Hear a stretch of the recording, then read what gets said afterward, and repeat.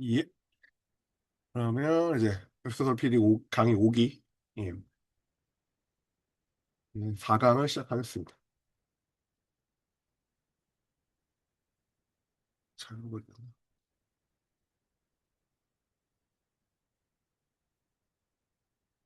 2주, 지금 한 2주 쉬었죠? 그 명절 때문에. 그래서 다들 좀 이등감이 좀 흩어지지 않았을까. 아마 주 일주씩 한다 그러면 이제 휴일이라도 쉬면 안 돼요. 그렇게 될 거고.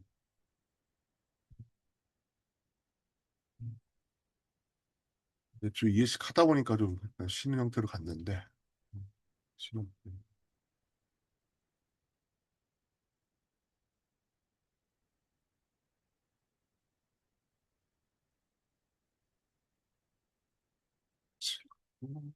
그리고, 예.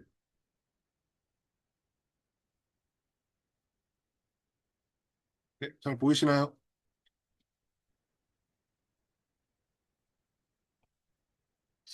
이거를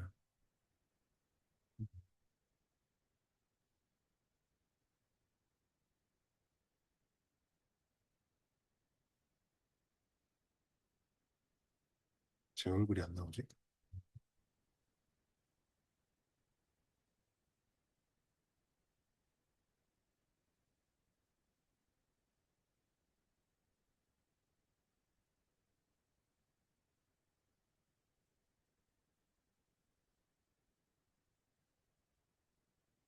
편하게 나오네. 음, 어쩔 수 없군요.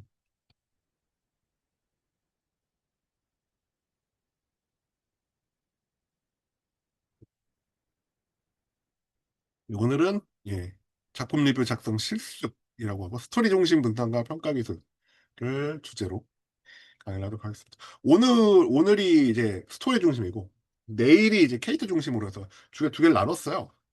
한 번에 하기에는 좀 분량이 많아 보여서 두 개 나눴고 그다음에 이제 작품 리뷰를 어떻게 쓰는지 어떻게 작성을 하게 돼 그거에 대한 부분을 얘기해요. 제가 원래 과제로 한번 써보라고 했었잖아요. 그게 왜 그랬냐면 이걸 먼저 한번 써보고 그 다음에 제가 이렇게 하는 걸 얘기를 들으면 그때 이렇게 하면 되는구나 하는 걸 이해하기가 쉬워져요. 좀 더. 제가 먼저 예시를 주고 그걸 그대로 그걸 그 다음에 쓰게 되면 문제 뭐냐면 다 그걸 그대로 그 복붙하는 형태로 뭐 복붙까지는 아니더라도 그걸 좀 너무 베끼려고 하는 경향이 너무 심해지다. 전에 강의도 그게 좀 있어가지고 그래서 제가 그 리뷰 예시를 공개를 그 블로그에도 공개를 안 해요 일부러. 그걸 그대로 그 너무 따라하는 경우가 너무 많아서 예. 그 각 회사들한테서 항의를 가끔 받은 적이 있어요. 답변이 다 똑같다고. 근데 예시까지 가면 이제 포트폴리오까지도 비슷하게 나올 수가 있어서 또 항의가 들어오니까 일부러 제가 그걸 안 하는 거거든요. 그래서 강의할 때도 일부러 한번 먼저 해보고 나서 제가 얘기하고 나서 그거 강의 듣고 나서 한번 어떻게 피드백 받은 거 형태로 고쳐봐라. 그래서 그러니까 포트폴리오 양식이 정해져 있지 않아요. 엄밀히 말하면. 왜 안 정해졌냐면 그를 정해주면 그 형태로 분석하는 방식을 아예 회사에서 고착화시켜버리거든. 그렇기 때문에, 그런 똑같은 시선만 갖고 있는 사람이 들어올 수 있는 그 여지가 있기 때문에 일부러 그거를 얘기를 안 하는 거예요. 물론 회사에 따라서는 양식을 주는 데도 있는데 거의 없어요. 극소수입니다. 그런 쪽으로. 대신에 뭐 작품이나 이런 거는 지정해 주는 경우가 있긴 하죠. 그렇기 때문에, 일부러 한번 해보고, 그 다음에 여러분 제가 준 예시라 이거 원리 이거를 습득을 한 다음에 자기식으로 한 번 더 어레인지를 해줘야 돼요. 나는 이렇게 한다라는 거를 보여주면서 그걸 통해서 개성하고 능력을 조금 더 기획력을 어필할 수가 있기 때문에 그렇거든요. 자기화 시켜야 돼요. 자기 아류를 만들어야 되는 거예요. 그래서 그렇습니다. 그래서 일부러 한번 했고, 일단 이따가 한번 예시로 한번 피드백을 할 텐데, 전체적인 거는 전부 다 이제 제가 개인 피드백으로 주중에 다 할 거고, 아마 내일이나 월요일부터 다 할 겁니다. 개인 피드백에서 한번 보내고 그거 보고 난 다음에 다시 한번 어레인지해서 작성을 한번 더 하셔야 돼요. 그게 다음 주까지의 과제입니다. 자, 이렇게 진행됐고 네. 한 번 더 얘기를 하는 게 리뷰 이거 왜 리뷰가 되게 강조하는 이유가 이게 되게 중요하기 때문이거든요. 일단 입사할 때도 중요하고, 그리고 입사해서도 PD로서 일할 때도 중요합니다. 그래서 제가 계속 강조하는 이유가 요 중요성 때문에 그래요. 첫째, 회사 입사할 때 중요한 부분은 회사가 이거를 이제 입사 지원자에 대한 기획력을 분석력을 판단을 하는 포트폴리오로 쓰기 때문에 그렇습니다. 다른 걸로, 그러니까 다른 방식으로 그거를 분석할 수 있다고 하면, 분석하고 채점할 수 있다고 한다면, 그걸 썼을 거예요. 근데 그게 없기 때문에 아직까지도 리뷰 포트폴리오를 많이 쓰고 있는 겁니다. 회사에서. 다른 게 더 유효한 게 있으면 당연히 그걸 내라고 했겠죠. 근데 아직도 안 그러는 이유가 이거 외에 말한 게 지금 없어요. 여전히 없습니다. 리뷰 이걸로 받기 시작한 데가 꽤 됐어요. 그러니까 엑소솔 한 10년도 넘었던 걸로 기억하는데, 왜냐면 그 제가 DNC 미디어 입사했을 때가 2009년이었는데, 저야 뭐 특채였기 때문에 뭐 그런 건 아니었는데, 다른 이제 그 피드백에서 봤을 때, 신입 뽑을 때, 그때도 그러니까 적대는 감상이나 뭐, 이렇게 분석, 비평서라고 했는데, 그거 써보라고 했었거든요. 그때부터도 이미 있었던 거예요. 십몇 년 전부터. 거의 20년까지 아니라 한 15년? 그 전부터 있었다는 얘기죠. 좀 양식은 좀 방식은 좀 바뀌긴 했고 대상 매체는 바뀌었지만 계속 그랬었다는 거예요. 또 한 가지가 뭐냐면 실무용 리뷰가 조금 다릅니다. 포트폴리오용 리뷰하고 실무용 리뷰가 다른 게 뭐냐면 왜냐면 보통 뭐지? 웹툰 송구에 나온 말이죠. 서 있는 입장이 이치가 되면 그러니까 시야가 달라진다고. 시선이 보는 시야가 달라진다고. 회사 안에 들어가 있으면 얻는 정보량이 달라요. 왜냐면 회사 내에서 어느 작품이 얼마큼 팔렸고 어떤 그 이슈가 있었고 어떻게 된 걸 다 그거를 얻어낼 수가 있거든. 그냥 가만히 앉아있다 떠먹여 주진 않아요. 당연하지만. 하지만 자기가 그거를 조사하고 얘기해서 받아낼 수 있어요. 왜? 회사 CMS 그거로 들어가서 직접 볼 수도 있거든. 아, 이때 이거 매출이 이렇게 나왔구나. 이걸 알 수 있어요. 이때 이 연재 이렇게 했을 때 매출이 이렇게 나왔구나. 이거 알 수 있어요. 그러면 작품에 대한 당연히 시각이 달라집니다. 내가 외부에서 대략적인 형태의 정보를 얻었던 거하고 내부에서는 다르죠. 작품 내부에서 어떻게 하는 거가 다르고 작가랑 상대를 해보면서 작가가 어떻게 생각을 하고 있고 작품에 대해서 어떻게 하려고 했었다 이런 의도도 알 수 있어요. 그래서 많이 달라집니다. 그리고 또 한 가지가 뭐냐면 포트폴리오용 리뷰를 읽는 사람은 회사 PD라 이제 실무자 운영자들이잖아. 회사 사람들이에요. 근데 실무용 리뷰를 읽는 사람은 기본적으로 궁극적으로 작가입니다.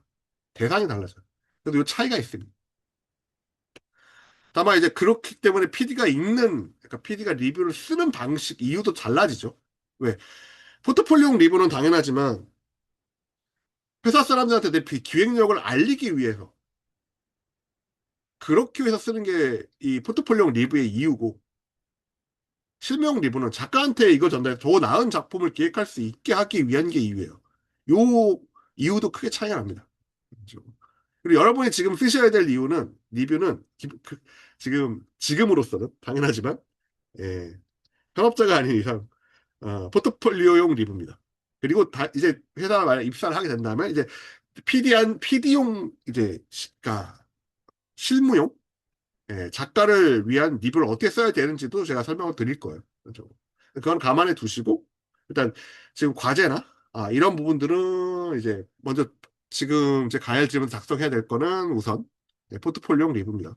그거를 염두에 두셔야 돼요. 그리고 그걸 위해서 몇 가지 이제 이 스토리를 분석하기 위한 몇 가지 기준들이 있는데 그것들을 이건 제가 임의로 정리한 건데 간단하게 콘셉트, 뭐 로그라인이라고도 많이 얘기되는데 조금 약간 이미지가 조금 다르긴 해요. 왜냐면 콘셉트로 어떻게 이야기를 정리할 것이냐. 그다음에 구조, 전개 방식, 전개. 왜냐면 웹소설을 아무리 못해도 여성향도 지금 못해도 150화 이상 나와야 된다고 얘기를 해요. 물론 현대 로맨스 같은 경우는 아직도 한 50화, 뭐 75화 뭐 이렇게도 짧은 것도 있기는 한데 지금 여성향조차도 지금 분량을 좀 늘려야 된다라는 말이 나오는 판이고 기본적으로 뭐 그래서 뭐 75하면 3권이죠. 3권 80화, 100화까지는 늘려야 된다 하고 로판 같은 경우는 훨씬 더 늘려라고 얘기를 하죠. 150화, 200화. 남성향은 200화부터 시작합니다. 200화 이전에 그 완결이 된 부분이면 이거는 인기 없어 조기조길 됐다고 생각하는 경향이 있기 때문에. 그리고 200화 이하면 안 돼요. 뭐가 안 되냐면 타 플랫폼에 2차 전개가 안 됩니다. 2차 판매가 안 돼요. 쉽지 않아요. 그래서 200화는 맞춰야 된다 얘기를 한 거. 먼저 최소한. 뭐 작가가 그걸 못해가지고 좀 시력 의욕이 너무 떨어져서 힘들다 그래서 좀 조기정리를 하는 경우도 있긴 하죠. 내용 안에서 이제 갈등이 뭐냐, 그다음에 또 결말을 어떻게 지을 거냐 이런 부분들 이런 거. 그다음에 이제 이걸 플롯 분석 방법으로 어떻게 절정할 거냐인데 저는 기본적으로 이제 여러 가지 뭐 이런 게 있죠. 3단 구성, 5단, 4단 구성, 5단 구성 뭐 이런 것도 이런 얘기는 되게 전통적인 방식이고 그다음에 요새는 또 이것도 있죠. 사이다 고구마. 그다음에 뭐 기승전결이라 전결기생 얘기하기도 하고 저는 뭐 이제 뭐지? 응? 세팅, 긴장, 세팅, 대립, 뭐 해소, 뭐 이런 식으로 얘기하는 경우도 있어요. 저 같은 경우는 그냥 가장 심플하게 파악할 수 있는 부분, 그 웹소설 형태로서 파악할 수 있는 부분은 3단 구성이 아닌가. 예전 단행본이었으면 5단 구성 전체 단행본 한 권의 구성은 5단 구성이라 얘기했을 겁니다. 왜? 영화적이나 그 영화적 구성에 가깝기 때문에. 근데 이거 같은 경우는 3단 구성 정도. 음. 저는 3단 구성으로 이해하는 게 제일 쉽지 않나 싶어서 그렇게 생각을 하고 있어요. 근데 이게 또 뭐냐면 아크플롯이라고 이제 큰 거시 구조, 전체 스토리에 대한 삼막 구조도 있고 내부적인 한 에피소드와 한 화에서의 삼막 구조도 따로 있어요. 미니 플롯이라고도 얘기하는데 그 전체를 다 어떻게 그 계산을 할 거냐. 왜? 작품에 대해서 이걸 계산할 줄 알아야 작가가 어떻게 써나갈지를 예측을 할 수 있고 그에 대한 부분에 대한 이제 그 조율을 해줄 수가 있기 때문에 그래요. 그리고 이제 작품 리뷰 피드백. 요거는 제가 피드백을 하면서 어떻게 되는지 얘기를 잠깐 예시를 들 거고, 이제 전체적인 거는 이제 세부적인, 음, 개별 피드백과 추가 작성에서 한 번 더 할 겁니다. 예. 그렇게 오늘 강의는 진행될 예정입니다. 그렇게.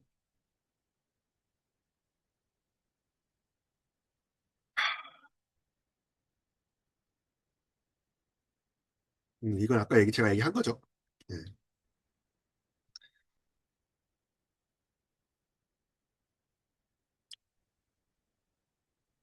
추가로 얘기하면, 뭐, PD는, PD에게 이건 업무 도구고, 아까 얘기했죠. 그다음에 뭐 포트폴리오 취업 무기 뭐 3, 5편이 그러니까 3에서 5편이라고 얘기를 하긴 하는데 내가 그러니까 이거는 최소 기준이고 실제로 말하면 5편에서 10편 정도는 쓰셔야 될 겁니다. 3에서 5편 정도가 최소 기준이에요. 그렇죠? 그리고 이제 작가한테 이제 PD가 됐어. 그럼 이제 작가랑 얘기할 때는 작가랑 이제 얘기를 할 때 기본적으로 어떻게 얘기할지에 대한 이 청사진을 미리 정리를 해놔야죠. 생각 정리도 안 하고 바로 그냥 말로 할 수 있으면 좋긴 한데 그 정도 실력이라든가 그걸 갖고 있으려면 꽤 시간이 필요할 거예요. 네, 시간과 경험이 필요할 거거든요. 작가한테 얘기를 할 때. 그러니까 내가 어떻게 얘기할지는 정리를 해놔야지. 이건 좀. 저도 작가 얘기할 때는 작가 분석한 다음에 그 정리해 놓은 다음에 그거 가지고 얘기해요. 그냥 바로 다이렉트로 얘기하지 않습니다. 또 작가랑 얘기할 때 당연하지만 분석을 했을 때 분석해서 뭘 포인트 어떻게 얘기하고 뭘 물어봐야 될지 그리고 작가한테 결론적으로 어떤 거를 작가한테서 이끌어내야 될지 이거를 다 계산을 하고 정리해둔 다음에 그걸 보면서 얘기를 해야죠. 그죠? 작가한테 리뷰 먼저 보내놓고 같이 회의하는 경우도 있어요. 그것 때문에. 뭐 신작 투고 심사할 때도 이 형태 리뷰를 보는 형태로 파악을 해야 됩니다. 그죠? 그리고 또 이게 뭐예요? 이걸 분석을 한 다음에 이거 계약을 하죠라고 윗선에 얘기를 해야 돼. 근데 윗선에서는 뭘 보고 평가를 했어요? 그 원고를 또 보겠어요? 아니요. 이쪽에서 이걸 어떻게 받고 이 작품은 뭐입니다라고 이게 이렇기 때문에 이 작품은 충분히 계약하면 합니다라고 하는 정리 요약 문서가 필요하죠. 그게 리뷰예요. 그게 리뷰 형식입니다. 그렇죠. 그러니까 그거를 전달을 하고 이거를 갖다 할 수 있고 그리고 또 요새 좀 다른 얘기인데 어 그건 있어요. 뭐냐면 이제 작가가 투고를 했어요. 원고를 투고를 했는데 그거에 대해서 평가를 잘해주는 경우도 있고 평가를 안 하는 경우도 있습니다. 회사마다 좀 달라요. 이 차이가 뭐냐면 이제 신인으로서 열성을 얻었다고 해서 평가를 해줘. 근데 그 평가 리뷰를 한 거에 대해서 예, 역효과나는 경우가 좀 있습니다. 나는 이거 그러니까 그거 갖고 시비를 거는 거야. 작가가 작가가. 그래서 그거를 한번 당하면 그때부터 회사가 이제 리뷰를 안 해주기 시작해요. 그러니까 리뷰를 안 해주는 회사는 그걸 한번 당한 겁니다. 대부분 그래요. 네. 그렇게 됩니다. 참 슬픈 얘기, 서글픈 얘기인데 예, 그렇게 되는 경우가 좀 있어요. 그래서 작가한테 그러니까 작가가 피드백 봐서 아 고맙다. 내가 이거 이 피드백 가지고 열심히 해보겠다라고 하면은 되게 뿌듯하죠. 그러면 이제 열심히 하게 되는데 이제 한번 그렇게 안 좋은 사례를 당하게 되면 그때부터 안 하게 되는 거죠. 힘들어서. 그래서 아 됐다. 우리 그냥 그런 경우에 이제 나오는 이제 답변은 아, 아, 작가님의 원고는 저희 작품, 저희 회사의 방향성과는 맞지 않아. 라는 이제 그런 정의화된 답변이 오게 돼 있어요. 그렇게 됩니다. 또, 그리고 또 한 가지. 리뷰를 쓰면서, 당연하지만, 그 리뷰를 써보는 PD조차도 자기 당연히 분석력이 향상됩니다. 연습이잖아요. 동시에 이제 작품, 좋은 작품이나 나쁜 작품이 어떤 것이냐, 이런 패턴도 한번 체득해 볼 수 있고, 당연히. 리뷰는 단순한 독후감이 아닙니다. PD로서 업무를 위한 비즈니스 문서라고 보셔야 돼요. 그런 개념으로 접근을 하셔야 합니다. 감상이나 뭐 비평이라고 리뷰라고 많이 쓰게 된 이유도 그 중 하나예요. 이게 감상과 비평의 그러니까 비평의 일종의 감상보다는 비평에 가깝다고 보는데 리뷰가 근데 단순히 비평으로만 보기도 어렵기 때문에 그래서 그 사이에서 새로운 용어를 만들어 찾아낸 게 저는 리뷰라고 보죠. 그러니까 예전에는 리뷰란 말이 없었어요. 10년 전까지 없었는데 저기 이제 감상이나 뭐 감상 리뷰, 비평, 감평 뭐 이런 말을 쓰이다가 어느 순간부터 이제 리뷰란 말이 쓰이기 시작을 하더라고요. 그런 식으로.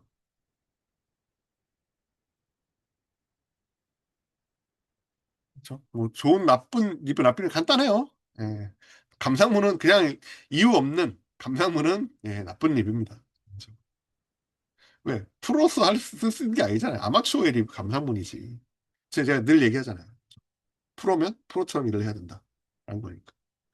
좋은 리뷰, 아, 본작품 무협의 장문으로 네이버 신생 3개 작품으로서 주인공은 능동형 캐릭터고 회의 후 즉시 목표에 대한 설정을 하고 행동합니다. 이걸 통해서 독자들이 주인공의 빠른 행보에 계속 자석에 이끌리듯 따라올 수 있게 속도감을 가집니다. 뭐 이런 식으로 얘기할 수 있죠. 네, 뭐 평가했을 때 58별 신규 갈등 도입 없이 구조가 반복되고 있어서 독자들이 루즈해지고 운동률이 이 부분에서부터 하락이 예상되고 있어. 이 부분은 빨리 예, 보완이 필요해 보입니다. 뭐 이런 거. 물론 이제 원고 아직 공개가 안 된 거면 시장 원고만 이렇게 얘기할 수 있는데 근데 공개된 거면 이 부분 되게 아쉽다 정도로 끝날 수밖에 없죠. 원래 예상 매출 3천, 3천이면 대박 난 거죠. 예. 월매상 매출 3천이면 문피아에서 지금 응? 얼마나 판 거야? 지금. 네, 뭐 체크리스트 이거 체크리스트에 뭐 내 리뷰 쓸 때 요거 있었는지 한번 한번 체크해 보면 좋아요. 작품 기본 정보 썼나? 작가 누구고? 플랫폼은 어디 연재를 주로 그러니까 이 플랫폼은 지금 다 잘 정리했다 그러면 제일 첫 번째 연재된 플랫폼을 말합니다. 퍼스트 연재 플랫폼. 거기서부터 뜨질 못하면 다른 플랫폼에서 역주행하는 경우가 거의 없어요. 예외적으로 한두 작품 있었던 걸로 기억을 하는데 거의 없어요. 진짜로. 첫 플랫폼부터 떠야 됩니다. 그렇죠. 첫 플랫폼에서 떠서 그걸 가지고 이제 다른 플랫폼으로 넘어가면 이차 판매 되면서 거기서 또 확실히 뜨죠. 뭐 이런 경우는 있어요.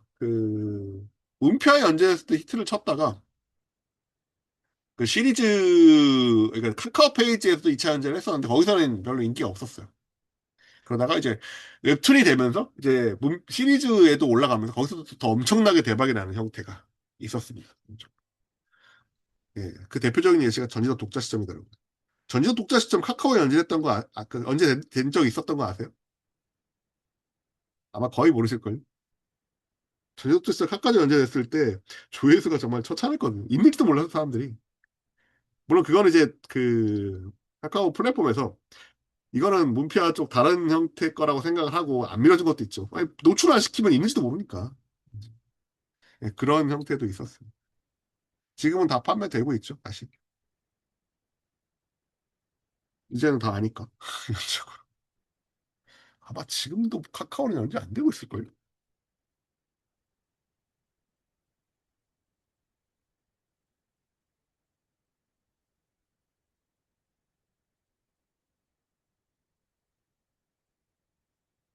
예전에는 그 문피아, 재벌집 막내 아들이 문피아 그 매니저였기 때문에 그랬는데 지금 문피아 매니저가 아니라서 재벌집 독자, 그 전두엽 독자 시죠. 지금 있지 않을까? 아, 지금도 없네. 지금도 카카오엔 없어요. 네이버에 있지만, 네이버 우편에 있지만. 자, 뭐, 분량. 지금 그 장르가 뭐고, 그다음에 분량 어디까지, 현재 연재가 언제까지 되냐. 그리고 내가, 여기서 또 한 가지 분량이 하나 더 있는 뭐냐면, 전체 연재 분량은 얼마인데, 나는 어디까지 받나. 요거까지도 써야 됩니다. 먼저. 그러니까 포트폴리오 리뷰에서는 다 읽어야죠. 기본적으로. 아니면 연재까지 다 읽는 게 맞아요. 최소한. 포트폴리오 리뷰에 대해서. 근데 당연하지 PD한테 얘기할 때, 그러니까 작가한테 얘기할 때는 작가는 연재 되게 전 걸 거 아니야. 연재되기 전. 그걸 검토한 리뷰라고 한다면 당연히 다 읽어야 되고. 근데 이제 신작 원고 왔는데 이거 보고 이제 얘기를 할 때, 뭐 그냥 이거 계약하자고 할 거면 원고 뭐 25화? 뭐 이거 다 읽어야 되는데 근데 계약 안 하고 그냥 탈락시킬 것 같다. 그러면 이제 한 5화만 읽어도 되죠. 5화 만드는데 이건 도저히 가만히 없습니다. 뭐 이런 형태가 되겠죠. 가급적이면 다 읽는 게 맞긴 해요. 기본적으로. 근데 이제 포트폴리오 리뷰 같은 경우는 분량이 너무 많아. 뭐 이런 경우는 조금 이제 전체 분량이 이 정도인데 전체 분량이 1700건데 제가 거기까지 못 읽고 한 500회까지 읽었습니다. 뭐 이럴 수는 있겠지 기본적으로. 근데 가급적이면 웬만하면은 최대한 많이 읽는 걸 저는 추천을 합니다. 그쵸? 그러니까 너무 분량 이렇게 많지 않은 거를 좀 최신 인기작 중에서 포트폴리오로 읽어서 내는 게 괜찮을 거예요. 구체적인 계산을 떠는 강점 분석이 있는가? 단순히 그냥 까는 것만 있는 거냐? 이러면 안 되죠. 예. 이거 되게 이건 정말 재미없다. 뭐 이런 식으로 까는 게 아니라 이 작품의 장점 포인트는 뭐였고 근데 단점은 이런 분이 아쉬웠는데 이것들이 이렇게 개선했으면 좋을 것 같다. 내 의견이 들어가 있느냐? 요게 필요해요. 그렇죠.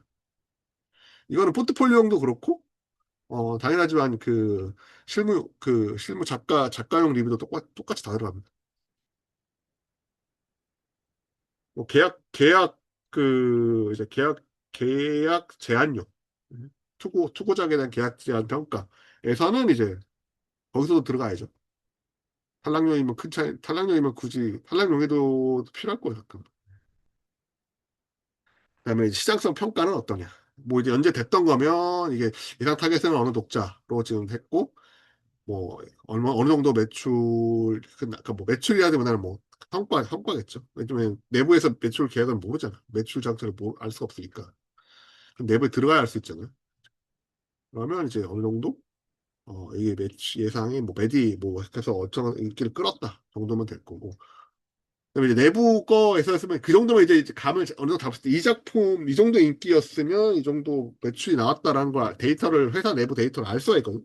그거에 빗대서 적는 거예요. 간단히 말하면 이 작품은 이 매출을 냈던 그 작품과 비슷한 정도의 재미가 있다 정도로 생각을 하는 겁니다. 그렇게 계산하는 거예요. 근데 이제 또 시장 상황이 또 계속 바뀌니까 조금 더 이제 차이가 생기겠죠. 가감의 차이가 생깁니다. 동시에 이제 경쟁자 이거랑 비슷한 그 같은 작품군에 있는 라이벌이 될 만한 작품이 뭐가 있는 거냐 이런 거 네. 그렇게 할 수도 있습니다. 계보가 어느 정도 있는 거냐도 감상을 해야 되고요. 뭐 재벌집 막내 아들 류의 작품도 꽤 있었죠. 먼저 재벌집 막내 아들 너무 잘 뜨긴 했지만 그런 거 그런 것도 뭐 체크를 해보는 거죠. 그런 걸 얻을 수 있으면 나중에 리뷰 쓰실 때 이런 것도 한번 이거 뭐또 적어놓긴 했는데 이런 것도 한번 내가 적었는지 안 적었는지 체크를 해보는 거야. 이렇게 체크표 리스트를 만들어서 하나씩 체크를 하면서 자기 아류를 기획 요 카테고리를 정리해가는 겁니다.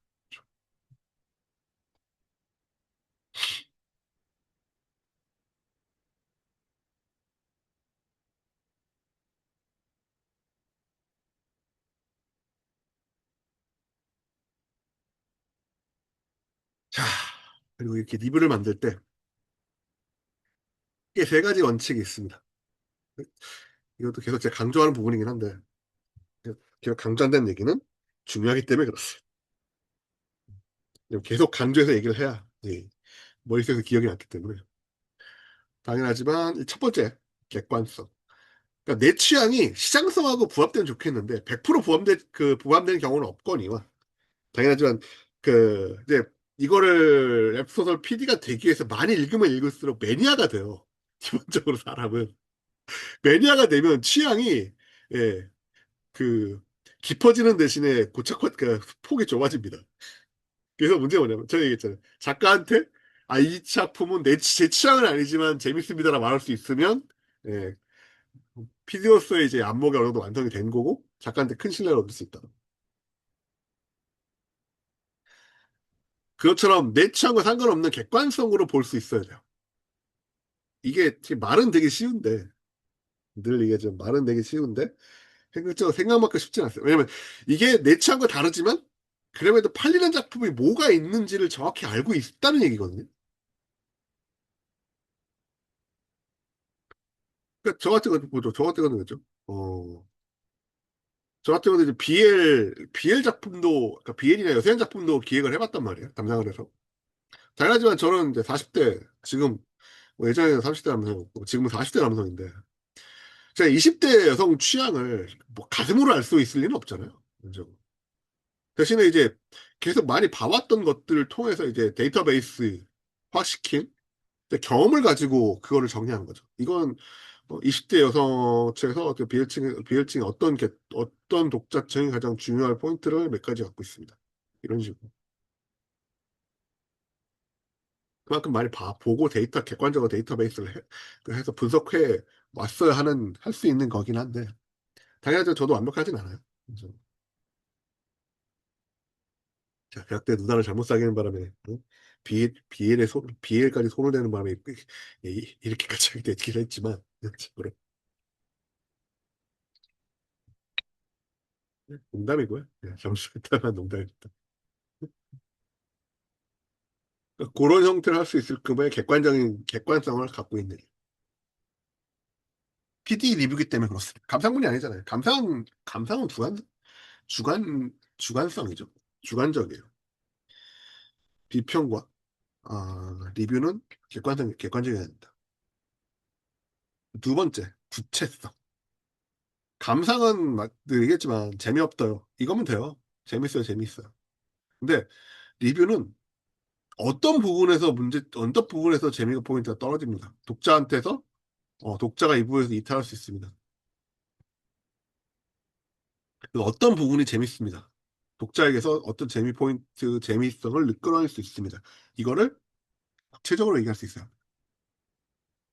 가장 좋은 건 몇 화, 어떤 장면, 어떤 대사가 되게 임팩트가 있고 또 재밌고 그 포인트가 좋았습니다. 이런 걸 그냥 언급하면 돼요. 그러면 구체적으로 네, 얘기가 됩니다. 구체성이 높아져. 아예 그냥 대놓고 언급하면 됩니다. 그렇게 하는 거예요. 그렇게 적으면 됩니다. 네, 그거 자체로 근거가 되거든요. 그러니까 그냥 전체로 그러니까 되게 뭐 이렇게 하죠. 주인공 뭐 결핍과 가난, 욕망 복수가 이런 포인트가 되게 명확하기 때문에 이런 갈등 포인트가 명확하고 그래서 독자들이 잘 따라올 수 있습니다. 이렇게 말하는 것보다 오히려 어느 화 몇 장면에서 대사가 이런 대사를 하는데 이 대사에서 독자가 감정이입을 하기가 되게 좋습니다. 좋았고 그다음부터 이제 주인공의 하는 행보에 대해서 정당성을 부여하기 때문에 그때부터 이제 신나게 주인공이 하는 행동을 따라갑니다. 라고 대놓고 얘기하는 게 더 구체적이고 근거를 같이 맞출 수 있다는 거죠. 갖출 수 있다는 거죠. 이건 남성의 여성은 다 보편적인 얘기예요. 내가 지금 말하는 건. 그래서 요리고 그리고 그 남성형 여성형 관련해서 그 재미 포인트를 저도 연휴 때 골고대에서도 한번 정리를 해봤거든요. 제가 블로그에 올렸는데 혹시 보셨어요? 어? 저도 계속 생각만 하고 있다가 하고 있던 부분은 결국 정리를 하고 했거든요. 정리를 해봤는데 그거가 연관성이 있습니다. 예. 여성 독자, 남성 독자의 어느 포인트에 집중하는가, 셀링 포인트에 집중하는가, 이 부분. 물론 그게 전부는 아니에요. 그거 외에도 또, 그거 외로도 꽤 많습니다, 솔직히. 단지 그 중 하나 포인트가 그런 게 있다는 거예요. 예. 사람은 그렇게 단순하지 않습니다. 기본적으로. 그것만 갖고 재밌어 보이지 않으니까, 그것도 좋아하는데, 당연하지만, 각기. 그것만 좋아하진 않는다는 얘기예요. 보편적으로 좋아할 요소들이 있다는, 그런 요소들이 갖고 있다는 거지. 사람마다 다 좋아하는 포인트가 다 다를 수도 있어요. 좀 취향이 다 다르잖아요, 사람마다. 보편적인 취향이라든가 이런 드라마틱한 요건이 있는데, 큰 틀에서. 네. 다만 이제 그런 부분들이 이렇게 겹치는 거지, 교집합이 있는 거지. 100% 똑같지는 않는다는 얘기입니다. 그거를 이해를 할 수 있어야, 네. 필요로서의 관점이 되게 커지긴 해요. 그러니까 그 교치는 교집합이 뭐냐를 알고 있어야 한다는 얘기거든요.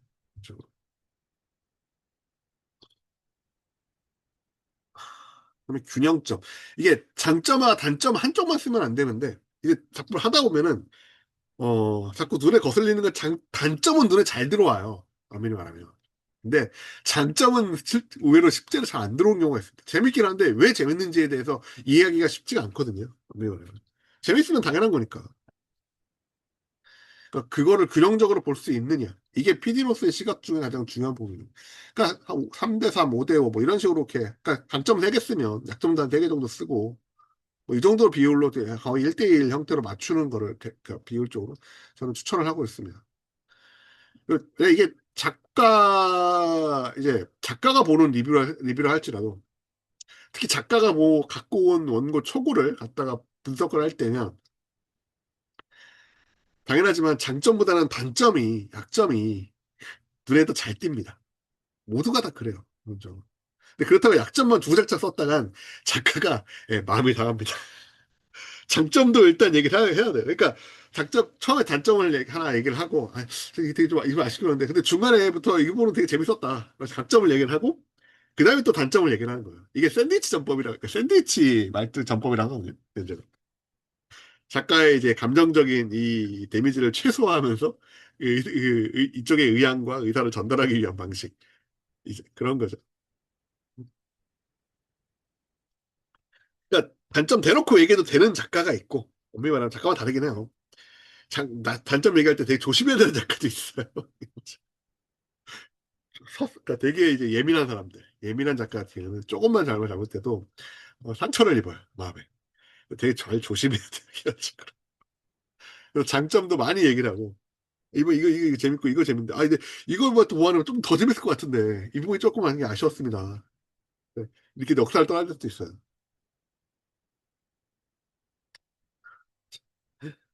입장에 정했을 때, 이 작품은 별로입니다. 작가랑 얘기할 때 이렇게 입을 썰 때 특히 그렇죠. 예. 그러니까 사람의 단점을 파악하는 거는 쉽고 더 잘합니다. 대부분 그래요. 근데 장점을 분석하는 게 사람마다 의외로 더 어렵습니다. 그렇죠. 그러니까 그것도 알아낼 수 있는 시각을 길러야 필리적인 이 시각을 잘 할 수 있고, 그걸 기르려면 당연하지만 연습을 해봐야 됩니다. 작품을 읽으면서 뭐가 재밌었다를 내가 객관적으로 어떤 부분이 뭐가 재밌었다를 객관적으로 계속 적어보는 거예요. 그걸 계속 적어보면서 분석을 하는 거예요. 단지 생각만 하는 게 아니라 느낀 점을 정리해보면, 글로 정리해보면 이게 생각이 정리가 되면서 다시 한번 자기 스스로한테 피드백이 되거든요. 그래서 제가 또 리뷰를 쓰라는 이유도 그것 때문이고, 리뷰를 많이 써봐야 한다. 그러니까 우리 지금은 어떨지 모르겠는데, 지금은 화면 필기 같은 거 그냥 그 교수님이나 이제 선생님들 강의하면 그거 그냥 핸드폰 앱 켜고 AI로 그 요약시킨다는 얘기가 있던데, 여러분은 아직 그 세대는 아니죠? 예. 그 필기를 그냥 핸드폰으로 찍어서 캡처를 해요. 그런 그 학생들도 있더라고요. 그래서 대학 강의할 때 진짜 그렇게 찍어요. 그걸 필기해요. 대놓고 얘기해서 저는 필요 없다고. 나 어차피 다 게시판에다가 그 강의자로 다 올려준다고. 화면 좋은 걸로 써라. 화질 좋은 걸로 써라. 대놓고 얘기하거든요. 그래서 근데 진짜 그 AI로 강의 녹음해가지고 그 요약하는 친구도 있긴 하더라고요. 음. 제 강의 녹화하는 것도 이거 해가지고, 그지? 동영상 녹화 뜬 다음에 음성만 녹음으로 뜨고, 그거 가지고 다시 하거나 아니면은 이제 동영상 그대로 AI 돌려가지고 요약 정리하는 것도 있긴 하더라고요. 그렇게 할 수도 있어요. 예, 되더라고요. 그래서, 되네. 이런 식으로. 근데 그렇게 하면 편하죠. 근데 편하면, 사람 편한 만큼 훈련이 안 돼요. 단련이 안 됩니다. 그래서 생각을 한번 제가 정리를 해봐야 그래야 자기한테도 이제 제가 체득할 수 있고 피득할 수 있고 아는 거하고 할 수 있는 게 달라요. 아는 것만으로 할 수 있는 게 아닙니다. 해봐야 할 수 있는 거예요. 그 감사함께 써보고 하는 이유도 그것 때문인 거고. 그렇죠. 그러니까 그 자기소개 요새 그거 많대요. 자기소개서는 리뷰도 AI 쓴 거가 티가 나는 부분이 많다고 지금 얘기가 들어와요. 돌고 있어요. 이쪽으로. 그런 혹시라도 여기서 자기소개서 그 리뷰 AI로 직접 그 초안 써보신 분 있어요? 물론 막 굳이 대답하실 필요는 없고요. 뭐 그게 나쁜 건 아닌데 음, 그거를 그냥 거기서 최대한 많이 고쳐서 내시기 바랍니다. 티 안 나게 가급적. 근데 그 AI 썼다 그러면 일단 거기서부터 그 티가 났다? 그러면 거기서 감점 들어가요. 그래서 그래요. 참고 예시로 쓰고 최대한 문제 다 바꾸세요. 그래서 요새 시기에 안 쓸 거라는 솔직히 장담이 없죠. 그래서 다들 썼다는 걸 전제를 하고 들어가고 있어요, 실제로. 근데 얼만큼 이거를 자기의 언어로 정제냈느냐는 요새 채점 기준에 들어간다 그러더라고요.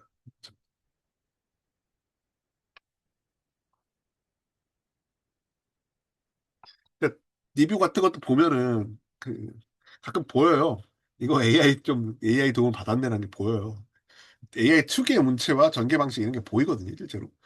많이 보면은 대충 보여요. 심지어 소설 그 원고 받았는데 보면 느끼는 게 이거 AI 썼다는 거다 보여요. 전적으로. 그래서 아예 회사들 같은 경우는 AI 작가가 썼을 거라는 걸 전제하고 있습니다. 기본적으로 다. 요새는 거의 다 그래요. 음. 이게 너무 티가 나냐 안 나냐 이런 것들만 감안하는 거죠. 너무 티나면 좀 그렇다. 작가님 AI는 조금 좀 더 덜 쓰시고 인간적인 부분을 얘기하시면 좋겠습니다. 왜냐면 독자들도 슬슬 눈치를 채기 때문에 어느 정도 곱을 필요가 있습니다라고 대놓고 하는 경우가 있습니다. 그렇죠.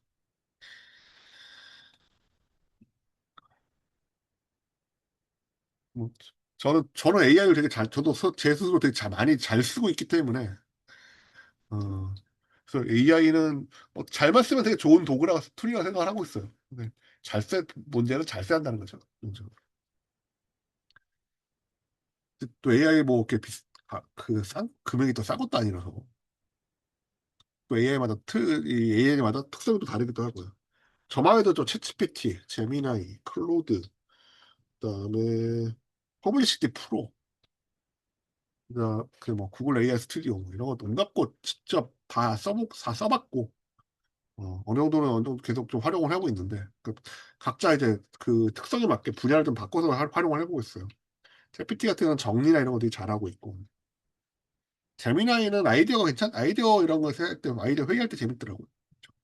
클로드는 코딩이나 편집이나 이런 거 할 때 괜찮습니다. 그렇죠.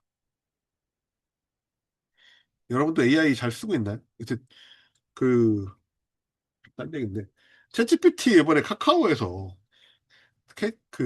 월 20만 원 넘는 거 프로를 지금 거의 20만 원 넘는 거를 200달러짜리 30만 원이죠. 를 지금 10분의 가격에 풀었어요. 그래가지고 다 한 명 다섯 개까지 쓸 수 있는데 그것 때문에 지금 대란이 났어요. 엄청 샀는데 저도 다 사가지고 지금 몇 개 이제 지인들한테 뿌렸어요. 지금 저 어차피 계정당 하나 쓸 수 있으니까. 전에 유로 쓰다가 그 근래는 유로 안 써 있었거든요. 재미나이는 계속 쓰고 있고 클로도 쓰고 있고. 그러니까 자기가 AI 쓸 때는 AI 쓰는 툴 자체를 자기가 맞춰서 좀 학습을 시키고 조정할 필요가 있어요.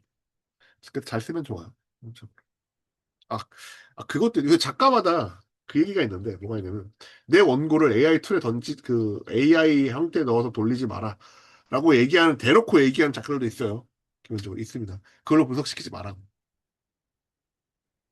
예, 분석을 그렇게 돌리면 예, AI 학습시키면 그 점체 정도 다 퍼져나갈 수 있으니까 학습돼서 예, 그런 형태도 있습니다. 그것도 미리 물어봐야 돼요. 그러니까 쓸 거라고 한다면. 근데 보통은 그 정도는 안 쓰죠. 예. 그러니까 뭐 의식의 흐름대로 쓴 문서를 갖다가 조금 정리시킨다거나 뭐 이런 형태로 쓰긴 되게 좋은데 예. 거기까지 쓰기건 좀 과한 것 같고. 그냥 그 AI가 분석하는 게 리뷰로 분석을 쓴다? 예. 그거를 제대로 했을까? 그것도 파악을 해야 돼. 그 파악은 이쪽에서 해야 돼요. 사람이 해야 됩니다. 그게 쉽지 않아요. 그러니까 그거를 파악할 수 있는 능력이 없으면 AI를 제대로 못 쓰는 거예요. 작가한테 얘기했는데 이게 뭔 소리라고 하는데 그걸 설명을 이쪽에서 해주잖아. 그래서 그런 지금 새로운 세태죠. 그런 트러블도 지금 나오고 있어요. 실제로 그 업계 내에서 실제로. 작가도 AI 써서 했는데 왜 PD는 AI 쓰면 안 되냐고 이렇게 말할 수도 있긴 한데 기본적으로 작가도 AI 써서 온 거. 그러니까 작가가 써서 온 것 같은데 이거 AI 쓸 것 같아. 작가는 안 썼대. 그러면 이제 어떻게 되면 AI 킬러용 AI를 돌리는 거죠. 돌려서 이거 AI 일치율이 76%대요. 그러면 이제 작가한테 가서 작가님 이거 76%인데 이거 어떻게 된 건가요? 라고 물어볼 수 있는 거죠. 차라리 솔직하게 얘기를 하면 알겠는데 AI 썼다고 하면 그러니까 솔직하게 얘기하시면 그냥 좀 더 많이 이 정도 이런 거 좀 고치세요라고 얘기할 수 있잖아요. AI 시대의 새로운 예, 쇠퇴 자화상입니다. 그러고 있어요. 그래서 자기소개서나 예, 리뷰 같은 것도 그 AI 티나면 안 돼요. 특히 리뷰 포트폴리오는 AI 티나면 예, 조금 애매합니다. 뭐 그거 문서 정리는 시킬 수 있죠. 카테고리 주고 거기에서 이제 내가 넣은 내용을 이거 이 카테고리 이 양식에 맞춰서 정리해달라. 이런 걸 할 수 있죠. 더 쉬워요. 저도 대놓고 학생들한테 그렇게 하라고 얘기를 하는데 아이디어 낼 때 의식 흐름대로 쭉 다 쓴 다음에 그 약분 기획서 양식 넣고 이 양식에 맞춰서 정리해달라고 해라고. 그럼 되게 빨리 된다고. 그건 효율성을 찾는 거잖아요. 대놓고 얘기해. AI 써도 된다. 근데 최종적 결과물은 그 스스로 책임져야 된다. 그래서 결과물의 퀄리티는.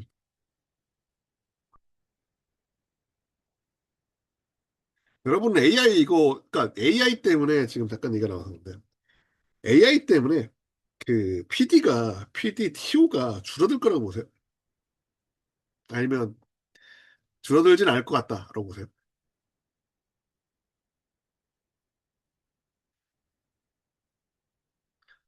이 웹툰보다도 웹소설 쪽에서 이게 좀 더 민감한데 왜냐면 웹툰으로 아직 PD AI로 웹툰 만들기가 아주 쉽지 않아요. 아직까지도. 근데 이제 왜냐면 티가 너무 나거든. 근데 웹소설은 티가 덜 난, 글이 텍스트라서 그걸 그 티가 덜 난다고 생각하기 때문에 그러거든요.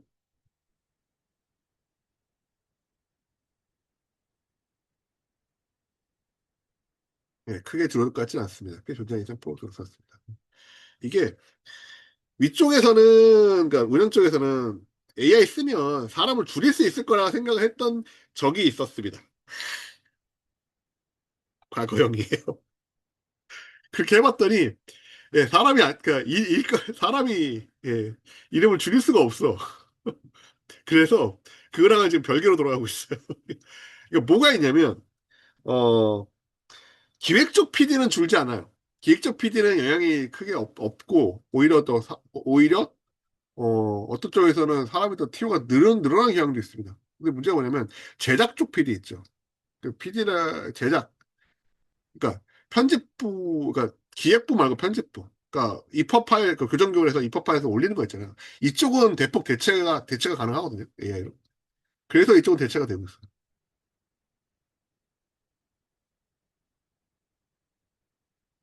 단순 작업은 대체가 되고 있다는 얘기예요. 지금 그렇게 가고 있습니다. 그렇죠. 그러니까 기본적으로 편집만 하던 보통 이제 편집만 하던 쪽 사람 PD 편집부가 있는 회사도 있었는데 그쪽은 많이 줄었고 기존에 이제 하고 있던 뭐 어차피 기획 PD가 담당 PD가 편집까지 하고 있었다? 그러면 별 상관없어요. 예, 교정교율은 대폭 대체. 교정교율만 담당해서 업로드하던 그쪽 그 학원에 이제 전자책 만든 그쪽 편집부만 많이 좀 TO가 줄고 있긴 하더라고요. 대체가 되고 있다고.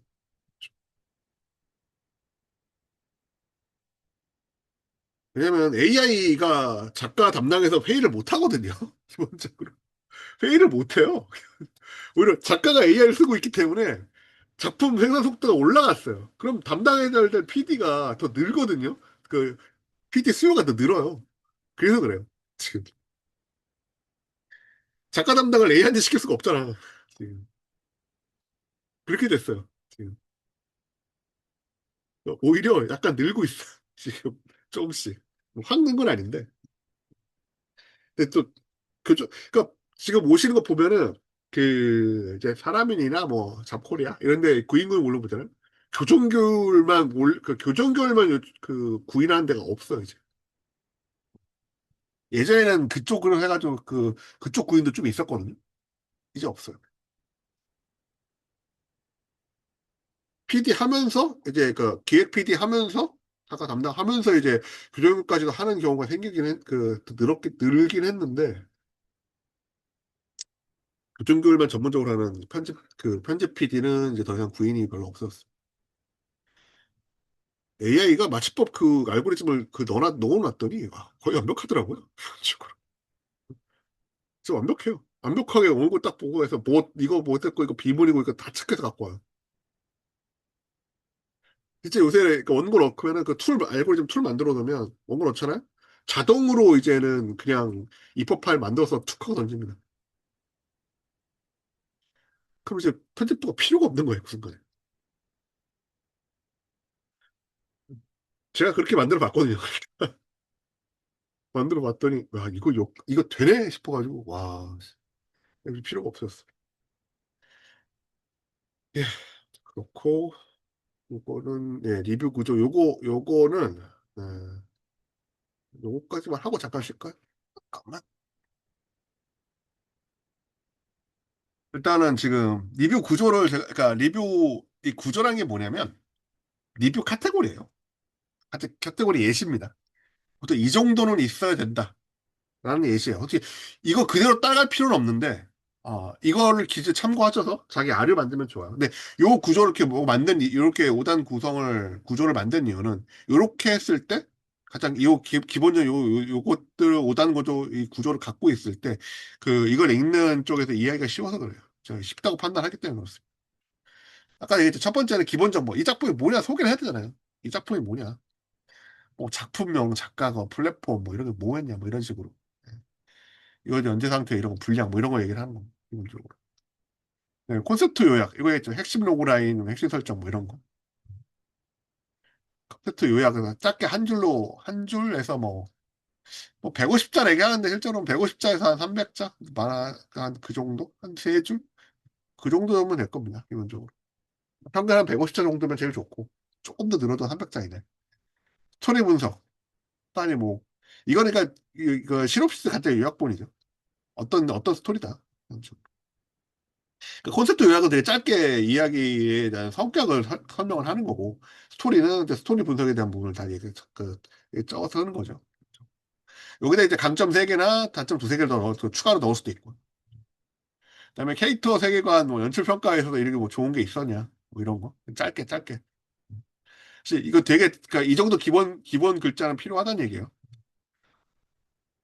스토리 외 요약도 뭐 이런 강점 평가, 스토리 외로 요소 중에서 간략하게 평가할 만한 게 있는가, 눈에 띄는 게 있는가. 뭐 이런 거. 이거는 네, 이번에서는 오늘 말고 내일 쪽 강의에서는 좀 더 자세하게 할 거고. 근데 최종적으로 이제 기본 정보가 서두였다 그러고 이제 2, 3, 4가 이제 본론이었다고 한다면 이제 5번이 이제 마지막 그 결론이죠.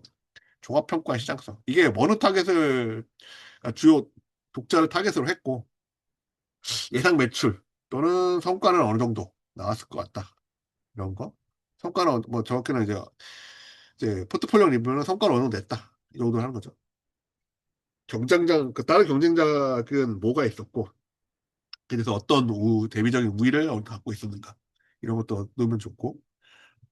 그다음에 이제, 요거는 이제 런치점, 요거는 이제 아까 말했던 이제 계약작에 대한 분석일 경우에 넣는 거죠. 그다음에 뭐 개선 및 추후 개선 및 그런 것들, 개선을 어떻게 할 거냐. 그때는 이런 걸 넣어야 되고요. 총 분량은 A4 한 2배 정도가 적었습니다. 이게 디테일하게 하는 건 좋은데, 그렇다고 양이 늘면은 오히려 안 읽혀요. 양이 A4 뭐 10장 막 이러면 안 읽어요. 압도돼서 오히려. 리뷰는 짧고 핵심적일수록 좋습니다. 그게 좋아요. 연주. 잠깐 쉬었다가 네, 한 5분 정도 더 쉬었다가 다시 시작하겠습니다. 예,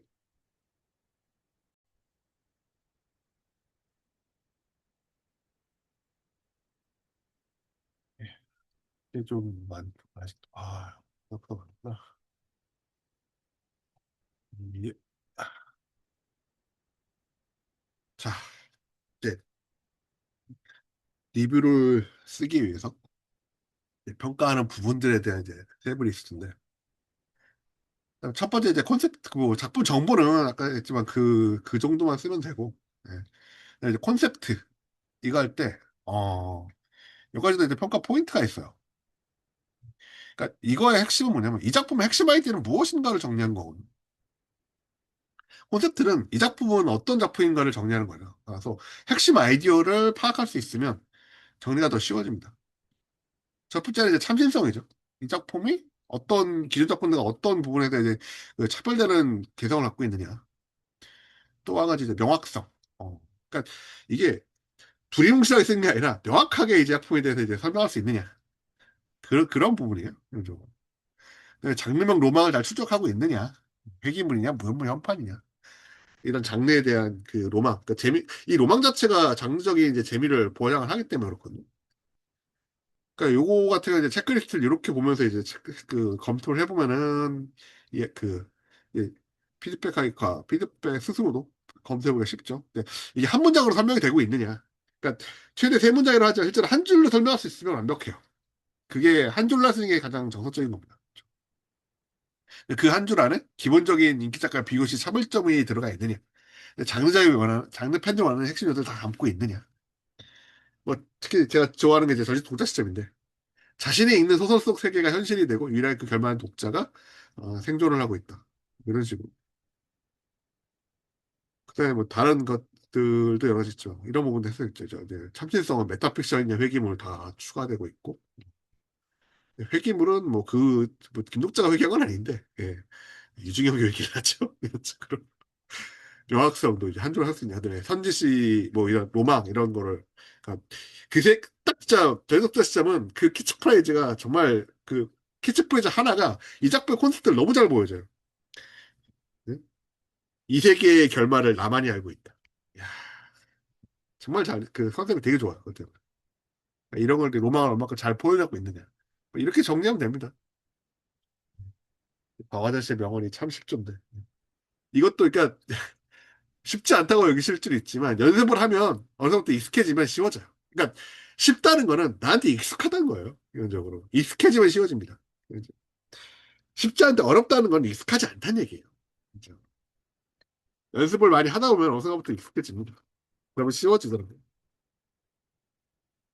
대신에 이제 연습을 많이 해야 되고 바른 방향성 연습을 해야죠. 네, 토익 평가 기준, 구조. 그러니까 이야기의 뼈대 자체가 튼튼하냐 아니냐.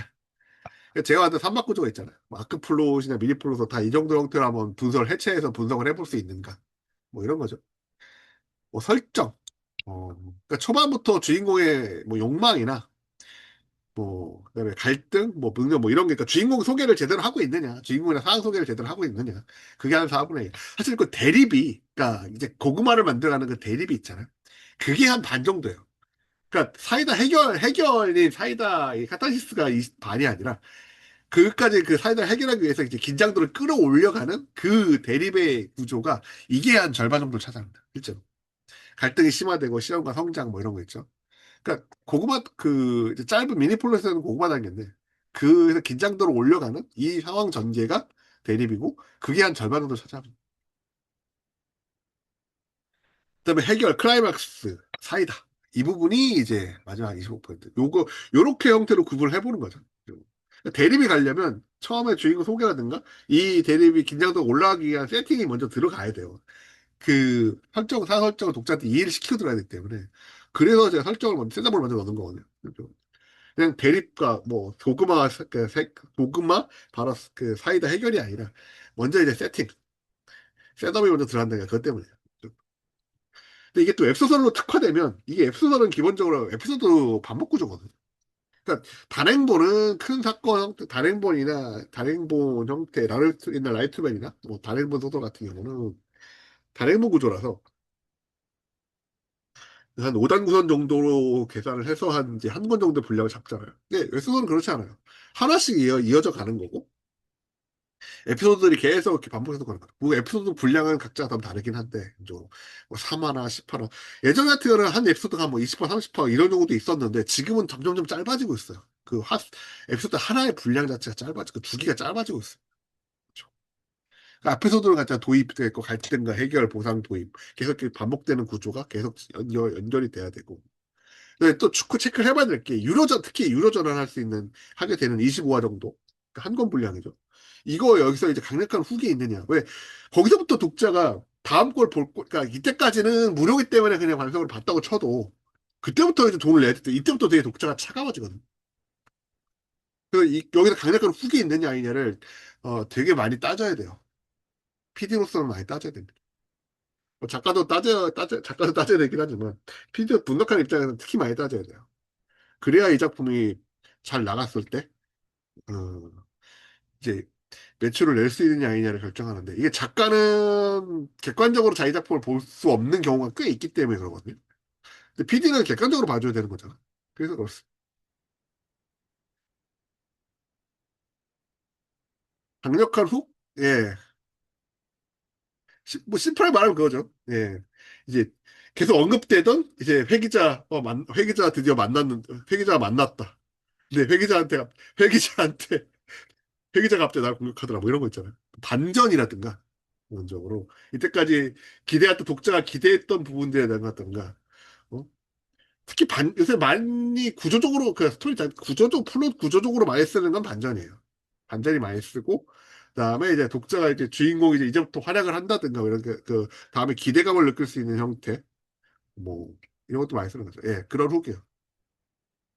제일 많이 쓰는 게 반전이긴 합니다. 어느 정도 크든 작든 그걸 많이 써요. 기본적으로.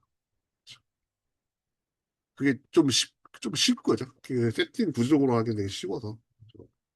아니면 이제 주인공한테 전개가 이제 본격적으로 이제 주인공이 뭐 폐간수령까지는 아니고 뭐 하다가 이제 나가기 시작해서 뭐 활약을 하러 나간다든가 뭐 그러니까 긴장도를 최대한 올린 다음에 이제부터 사이다 전기가 시작될 거다를 그걸 다음 화부터 이제 본격 사이다 전개됩니다. 이러면서 이제 25에서 26화 넘어가는 경우도 있고. 톡칭 말하면 이제 절단신공 이제 뭐 이런 거 있잖아요. 절단방구 절단신공 이런 걸 최대한 쓰려고 해요. 이런 쪽으로. 그 써야 되는 부분이 그 이제 유료로 건너가기 하는 이제 이 부분이죠. 예, 유료 연동률, 유료 구독률을 이제 차지하는 결정하는 부분이기 때문에 거기에 가장 많은 길을 모아야 되는 부분이긴 합니다. 그냥 절단신공으로 생각하시면 돼요. 절단신공에 극대화시켜야 한다. 그렇게 이해하시면 편합니다. 그걸 이제 플롯적인 구조로 보면은 이제 반전을 많이 쓰는 거고, 이런 쪽으로. 음, 기승전결. 정확히는 기승전결 아니라 전승결기라고 봐야죠. 이거는. 그렇죠. 그리고 중반부, 이거 정확히 이제, 그건 전체 이야기 부분인데, 중반부가 늘어지지 않는가. 이거 되게 중요해요. 중반부가 늘어지는 경우가 꽤 있고, 꽤 많거든요. 그래서 여러분들 작품 읽다 보면은, 이 부분은 좀 중간에 늦었다. 라는 부분이 꽤 있어요. 이 부분 되게, 그냥 빨리빨리 이야기가 그냥 전개를 위해서 계속 그냥 사건이 나오는 것 같다. 라고 되는 부분들이 있는데, 이 부분에서 독자들이 많이 이탈을 합니다. 흔히 뭐, 하차합니다라는 그 부분이죠. 근데 이제 클라이막스 부분에서 이때 문제가 이제 초기 설정하고 여기서 거든. 왜냐면 이게 작품을 늘리다 보면 작가가 작품을 까먹어요. 그런 경우가 생겨서 이제 클라이막스를 내야 되는데 초반하고 이게 설정이 바뀐 거예요. 그래서 이제 문제가 되는 경우가 좀 있거든요. 그럼 클라이막스가 제대로 안 터집니다. 작품 전체 클라이막스가 터져야 될 부분인데 안 나오는 거예요, 이게. 그것 때문에 초반 설정하고 연결되어 있는지를 확인해 봐야 됩니다. 그렇죠. 그런 게 꽤 있어요. 네. 좀 안 좋은 사례긴 한데, 예, 안 좋다가 좀 아주 안타까운 사례죠. 예. 달빛 조각사가 그런 경우에 해당합니다. 작가님이 처음에 이 58권까지 쓸 생각이 아니었거든요.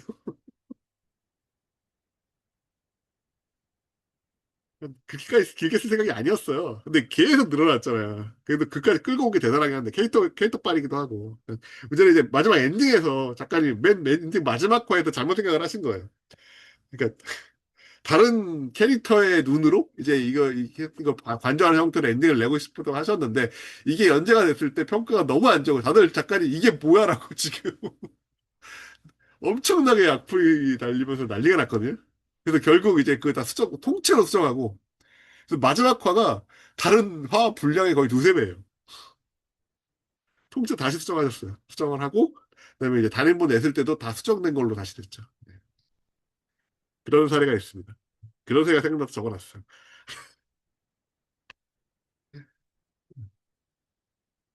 이제 뭐 저는 이제 웹툰 쪽만 맡았지만, 지금 그런 사례가 있죠, 있었습니다. 전개. 이거는 정확히 말하면 독자를 어떻게든 이탈하지 않게 하기 위한, 예, 이 흐름을 만들어내느냐 부분이거든요.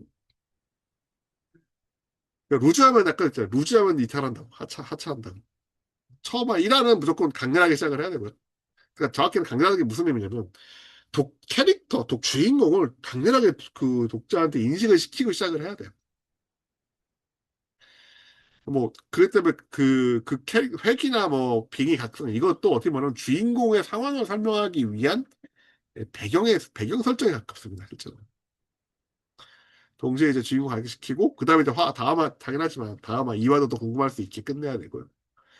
그다음에 뭐 3화 정도에서는 이제 한 번 이제 첫 번째 보상이라고 할 수 있는 그러니까 에피소드 하나가 끝나야 돼요. 그 정도에서는 최소한. 그 예시로 들었던 작품 중에 예, 절대 얘기 아니었는데 그 작품도 보면은 그 작품은 이제 잠깐만 절대 이름이 갑자기 왜 절대기가 아니었는데 제가 예시로 들었던 작품이 좀 왜 이름이 기억이 안 나지? 잠깐만 절대기 맞았나?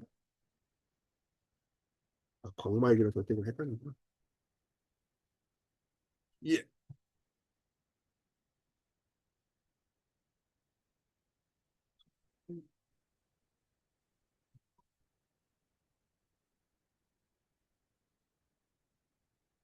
아 절대기 맞네.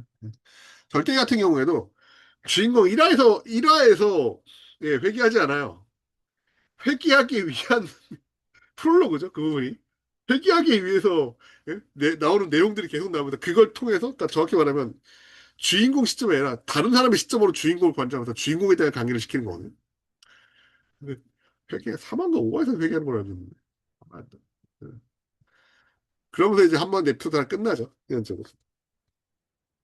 이제 25화 아까 했잖아요. 유로화 최대 훅을 한 넣어야 되고. 그 다음에 이제 50화, 100화. 이것도 이제 뭐 2권, 4권 이런 데도 계속 갈등이 확장이 되고 있느냐. 이걸 체크를 해야 돼요. 기본적으로. 그러니까 뭐 50판다 해서 재밌내면 성공인데, 아, 50판도 이제 지치겠다. 이런 평가 받으면 실패한 거죠. 당연하지만. 그렇게 안 될 수 있도록 계속 전개를 어떻게 속도를 잘 잡아가고 있느냐. 이걸 체크를 해야 되고. 진짜 3화에서 10화, 15화. 그러니까 빨리빨리 전개가 돼야 되긴 필요합니다. 그죠? 뭐 이런 건 체크를 해야 되고요. 중반부부터 간혹 갈등이 계속 추가되고 있는 거냐. 갈등이 추가가 안 되면 당연하지만 루즈해져요. 그래서 새로운 갈등이 추가되면서 전개가 계속 변해가야 되거든요. 각 화마다 이제 다른 궁금증이 계속 다른 말 이렇게 이어서 계속 볼 수 있게 만드는 게 지금 체크되고 있느냐. 이것도 체크를 해봐야 되고요. 이게 일반 독자면 당연히 감상이기 때문에 별 생각 신경 안 써도 되는데 이제 PD면은 이런 거 갖다 세세하게 신경을 쓰면서 봐야 되는 거예요. PD는 일로 하는 거니까. 이게 당연하지만 갈등 없으면 이야기가 아니죠. 이게 또 문제가 뭐냐면 갈등이 여러 가지가 있어요. 그러니까 외적 갈등이라는 게 있고 내적 갈등이라는 게 있거든요. 그러니까 외부로 보기에 뭐 주인공과 이제 악역이나 뭐 환경 이런 시스템들이 이제 대립하는 구도. 뭐 이런 걸 외적 갈등이라고 하고 내적 갈등은 주인공 심리적인 내부에 대한 얘기야. 내적인 내부에 대한 갈등 얘기야. 그래서 관계적인 갈등도 있고, 뭐 이제 주인공의 동료라든가 이런 쪽의 관계 갈등도 있고. 이 같은 경우는 체크를 이제 주인공 조연 캐릭터가 단순히 들러리인가 아닌가. 그러니까 작품들이 이제 그 웹소설 작품들이 이제 전체 길다 보니까 캐릭터들이 그냥 새로 많이 나와서 별 큰 이야기적인 큰 활약이나 뭐 이런 전개도 없이 그냥 바로 소모돼서 사라지는 경우가 되게 많은 경우가 꽤 있어요. 예, 이런 부분들이 있든가. 그 캐릭터의 밀도나 중요도가 떨어지는 거죠, 되게. 그럼 당연하지만 이야기 자체의 갈등이나 이런 부분도 많이 떨어집니다. 밀도가 떨어져요. 그래서 이야기가 그냥 크게 전개되지 않고, 크게 이제 밀도 있게 전개되지 않고, 그냥 설렁설렁 흘러가듯이 지나가면, 그럼부터 루즈해지기 때문에, 그런 부분들을 체크를 하는 거라. 갈등이 계속 점점 강해지고 있는 거냐. 그다음에 또 갈등이 논리적으로 해결되는 거냐. 그러니까 개연성이 있는 거냐. 그냥 우연히 갑자기, 하늘에서 떨어진 별 맞고 죽었다 이러면 안 되잖아요. 그래서, 그럼 허무하잖아. 특히, 그래서 이거 관련해서 하지 말라는, 이제 플롯에 하지 말라는 게 뭐냐면, 아, 예? 18, 꿈, 이거 있잖아요. 모든 전개가 실은 꿈이었다. 이 전개 하지 말라고. 예? 독자들이 정말 내가 이때까지 보고 왔던 거에 대한 정말 허탈함을 느끼기 때문에 반발이 심하죠. 웹소설적으로 가장 흔한 밈으로까지 만들어진 것 중 하나가 형님 이 새끼 웃는 대화가 있는데 예. 이것 제발 하지 마라. 그 작품이 샤이너 리저드라는 작품인데 그 마지막 그 화만 화수 그 화만 조회수가 높아요. 나머지는 안 봐. 사람들이. 그거 진짜라고 확인하려고 보는 거라서. 이제 블로그에서 치시면 나옵니다. 그 작품 관련해서 얘기가. 한번 검토해 보세요. 네. 중요한 건 아니라서. 빨리 가야겠네. 음.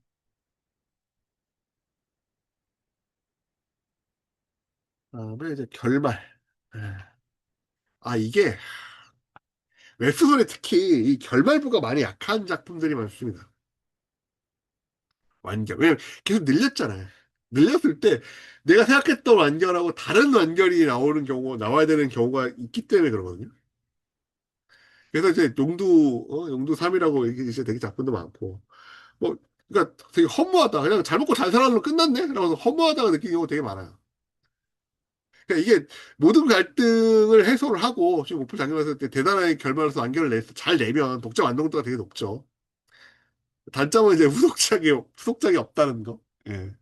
이제 자식 세대부터 다시 시작해야 되는 경우가 생기기 때문에 그렇게 되면 이제 외전돼도 이제 다른 캐릭터들이라든가 이제 프리퀄 정도 얘기를 해야 되고 그 다음에 이제 열린 결말로 하는 경우도 있죠. 주요 활동을 해소했지만 새로운 여정을 암시하면서 이제 뭐 새로운 여운을 남기면서 끝내는 방법.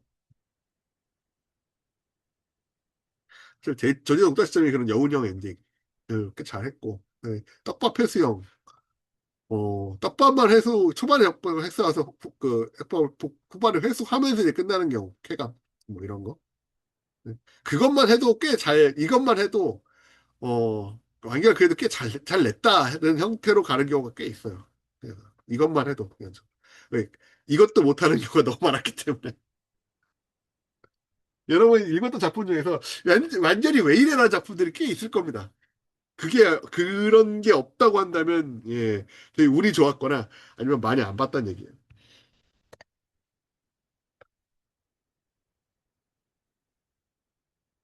되게 허무한 근데 그래서 사실 이게 작가적인 거에서는 이거를 이제 완결을 잘 내는 방법이 있긴 해요. 노하우가 있습니다, 실제로. 뭐냐면 처음에 잡았던 주제 있잖아요. 주제대로 완결을 시키면 됩니다.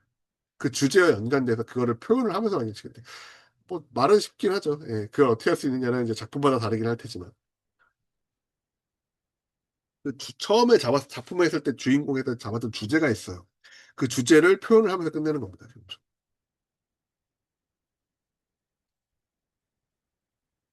그거를 이제 대놓고 뭐 주인공 입으로 말하면 안 되고요. 그러면 진짜 좀 추한 형태가 되는데 간접적으로 표현하는 게 그러니까 그렇게 하면 쉬운데 이제 그걸 어떻게 하느냐는 쉽진 않은 거죠. 예. 작가적 부분이긴 한데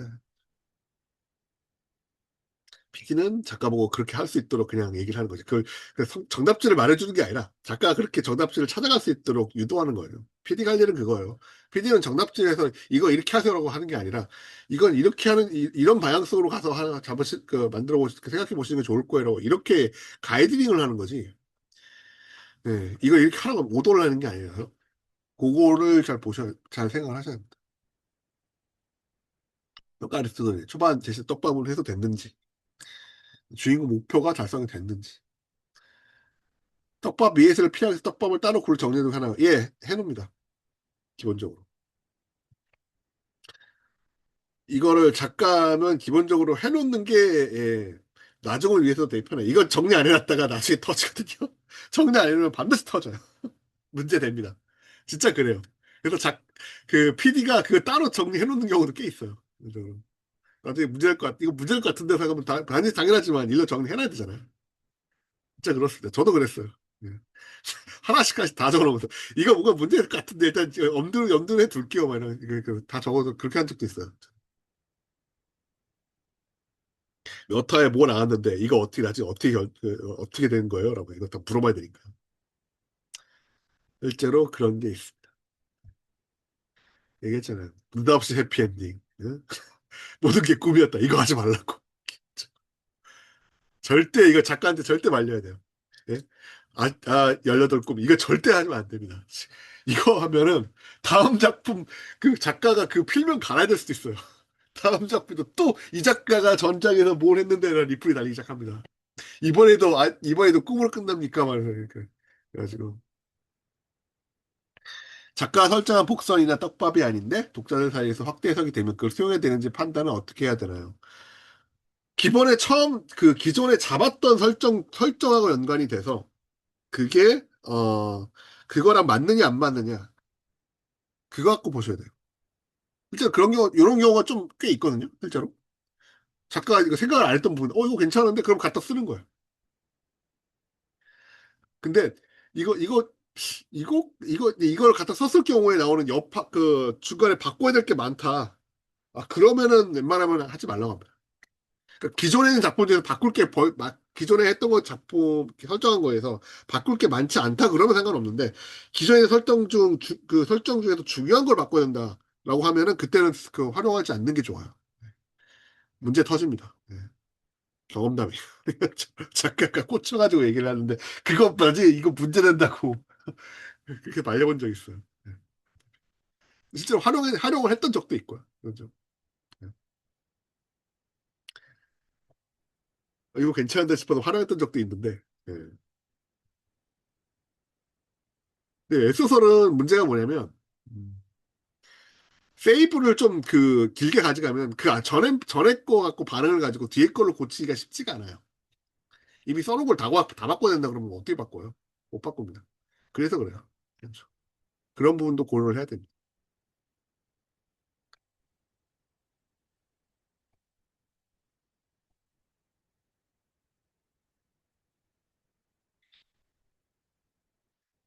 풀 얘기했죠. 그다음에 3단계 정도로 고민을 해본다라는 게 있는데 이거는 삼박구조하고 좀 다른 얘기예요.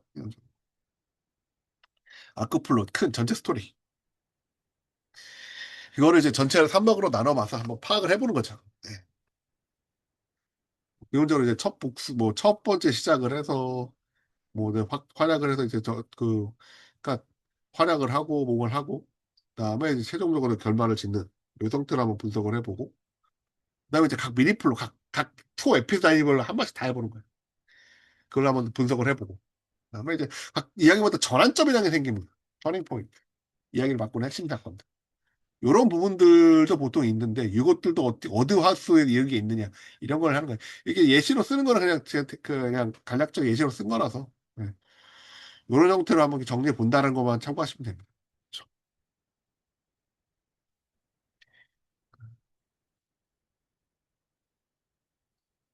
물론 타임라인 표를 만들어 보는 경우도 있어요. 이거는 사실 절대기 갖고 좀 써보긴 한데 그 화수에 정확히 맞아 들어가지는 않습니다. 예시로 그냥 쓴 거라서 그래요. 예시로 예시로 대략적으로 쓴 거라서. 네. 그래서 150화 원래 절대 150화 분석으로 계속 해왔던 건데 이걸 200화로 좀 늘려놓은 거라 파스가 정확히 맞아들어가지는 않습니다. 대략적으로 이런 구조다라는 거를 보여주기 위해서 예시로 쓴 거예요. 거시구조 뭐 이런 식으로 얘기를 한다. 이런 식으로 정리할 때 터닝 포인트 뭐 이런 거. 화해를 했고 아버지와 화해를 어떻게 했고 진짜 적을 발견했고 뭐 이런 터닝 포인트들 있잖아요. 이런 왜냐면 절대기가 회계를 1화에서 하지 않기 때문에 기본적으로. 다른 작품들은 대부분 1화에서부터 회계를 그냥 그때부터 회계를 많이 합니다. 급하거든요. 전기가. 아 그리고 이제 플롯 분석할 때 이게 좀 그 중요한 부분인데 포인트가 몇 가지가 있는데 첫째가 줄거리 요약에만 그치면 안 됩니다. 단순 줄거리 요약이 아니라 이 작품의 아이디어가 뭔지를 얘기해야 되는 거예요. 이 작품 뭐다를 얘기해야 되기 때문에 그래서 그래요.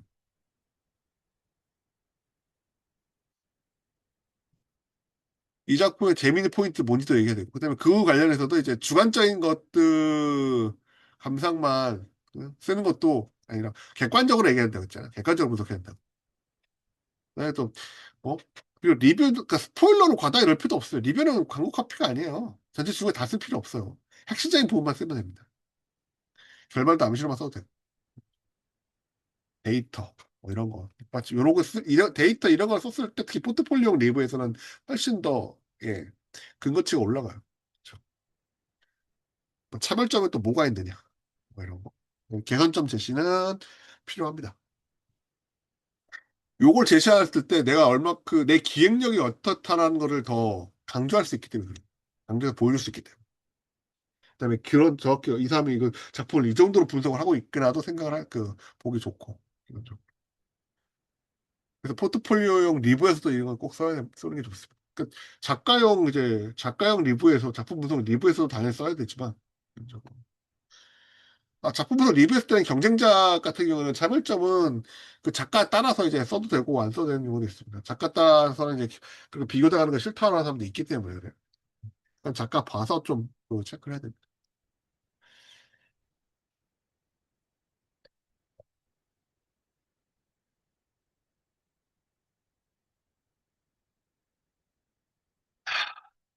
아직도 코가 막히고 있기 때문에 따뜻한 물을 마시면서 풀어주고 있어요. 그 리뷰 작성용 템플릿을 그냥 제가 임의로 한 거라서 이것도 예시예요. 예. 꼭 이렇게 하는 얘기가 아닙니다. 아까 왜 이렇게 이런 것들을 넣는지 제가 말씀드렸잖아요. 그러니까 그런 것들을 이런 식으로 그 넣을 수 있다는 예시입니다. 이거는 나한테 참고만 하세요. 개인적으로. 그러니까 어차피 포트폴리오 양식을 어떻게 디자인을 하는가 이것도 기획력에 어떤 언어 들어가기 때문에 그걸 감안하라는 얘기입니다. 그렇죠. 다만 이걸 참고해서 직접 해보시라는 얘기예요.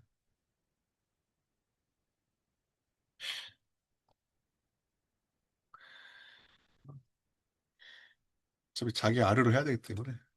아, 자, 한두 작품만 한번 얘기를 해볼까? 먼저. 음, 그, 어차피 다 개인 피드백은 따로 할 건데, 여기서 공개 피드백으로 받아보고 싶다는 분 있어요? 그 작품을 해보고 안 되면은, 예. 그런 분이 없다 그러면, 다 그냥 다 개인 피드백으로 해야 되는데, 기본적으로. 예. 두 명, 한 짝수 두 명, 일단 두세 명만 해보겠습니다. 시간당.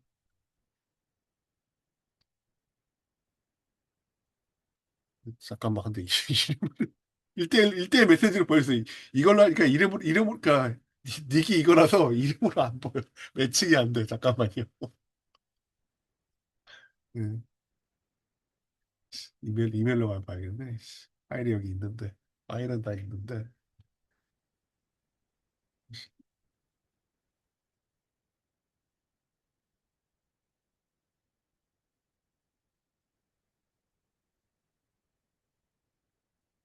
아이디, 응? 이메일 아이디를 알려주세요. 이메일 아이디가 아니라 그냥 예. 정민희님은 알겠는데. 아몬드님은 누구죠?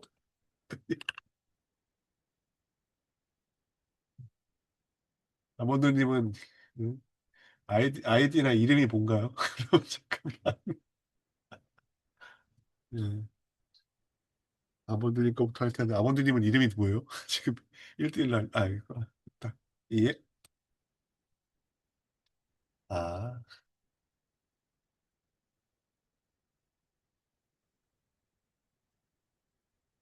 뭔 말하고.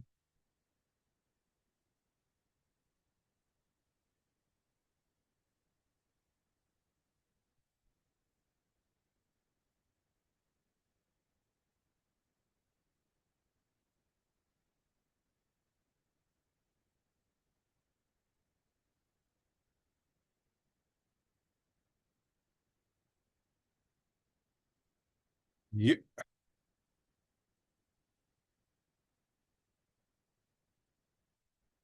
면이죠.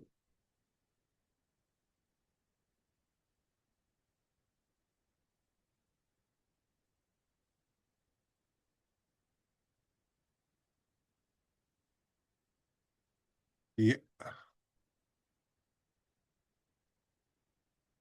예. 인기장면 정밀 보고서, 분석 보고서. 리뷰라고, 굳이 리뷰라고 안 해도 정밀 보고서 뭐 이런 식으로 써도 것도 괜찮습니다. 다른 식으로 얘기하는 거잖아요. 그죠?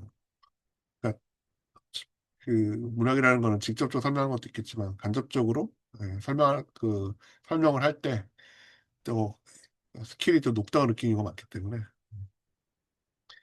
한정사유 그렇죠? 왜 카카오 페이지를 치고 있는 프로젝트 중에 한정사유도 괜찮죠. 이런 것도 해보는 것도 왜 내가 이거를 선정해서 분석을 해보려고 했다라고 설명하는 거잖아요. 그렇죠?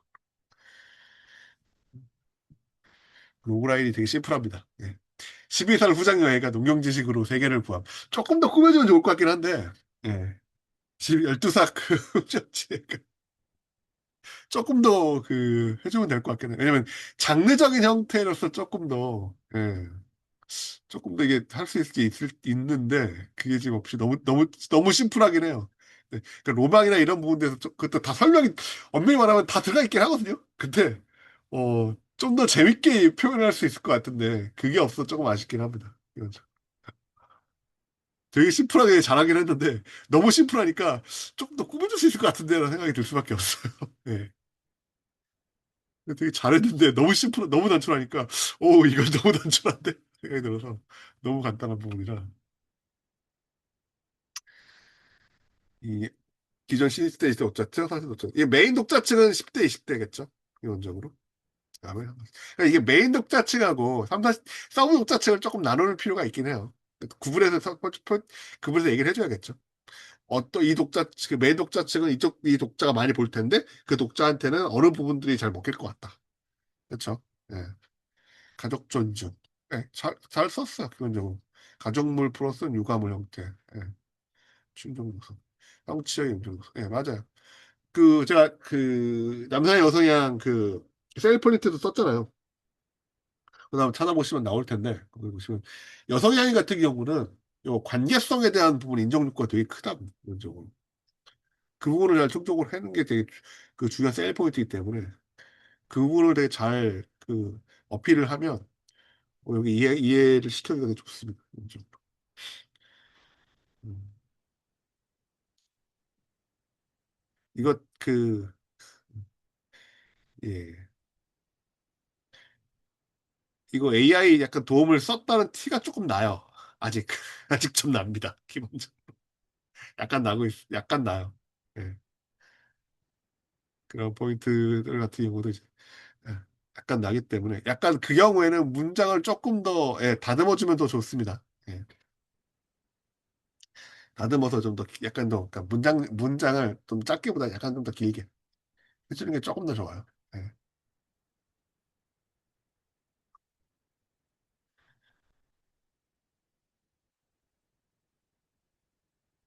너무 정리가 잘 돼 있어. 카테고리 이거 있잖아. 이거 너무 잘 있고, 이거 제목에다가 요렇게 정리하는 거 있잖아. 이거 요렇게 하는 거 이렇게 정리되는 게 AI 특징 중 하나예요. 근데 뭐 이 정도 이렇게 정리하는 거 자체로 쓰는 거 자체는 그렇게 크게 거슬리지는 않습니다. 그죠? 근데 AI 이 정도면 AI 티 난다고 볼 텐데, 기본적으로. 뭐, 맞춤법 없는 거 이런 것들은, 그런 같은 경우는 이제 AI 티 안 난다고 보는데, 그러니까, 어, 정리를 너무 이렇게 카테고리 나눠서 하게 되면, 이런 식으로, 예, AI 티 난다 생각을 하긴 해요. 그래서 저도 지금 AI 쓴 것 같은데, 라는 생각이 드는 게 그것 때문인 거고. 사실 AI 썼으면 요 기호 있잖아요. 이거 화살표로 바뀌었을 거예요. 그건 있어요. 예.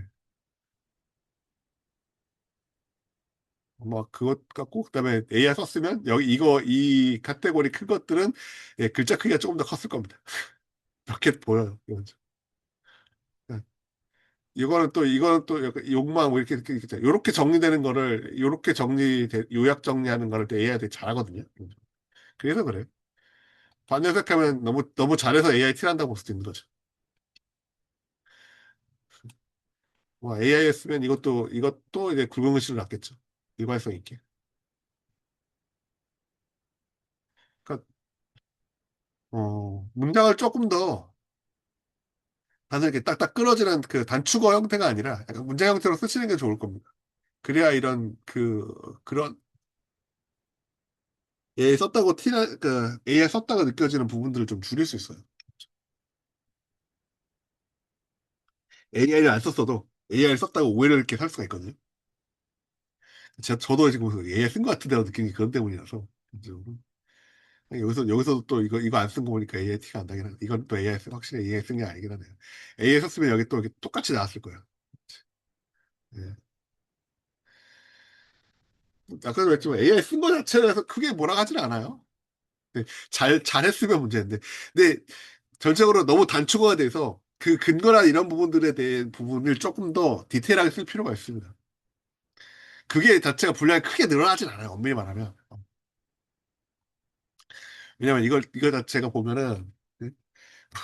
여기 간격이 너무 커요. 간격이 너무 길어. 간격을 좀 줄이면 할 수 있는 분량이 늘거든요. 그러니까 요거를 핵심적인 부분을 잘 뽑으셨는데, 이거를 설명하는 부분들은 조금 더 정리를 하셔야 돼요. 그래야 좀 더 괜찮게 나옵니다. 그 부분이 조금 아쉽긴 하네요. 분석은 되게 잘하셨어요. 하고 요약은 잘하셨는데, 네. 너무 요약을 하다 보니까 그런 조금 아쉬운 부분이 보입니다. 하나만 더 해보죠.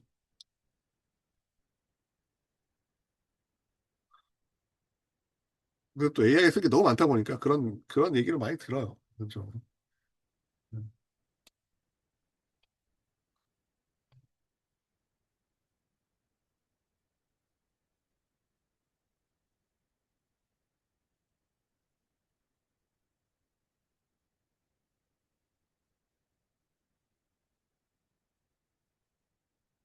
하나만 더 해보죠.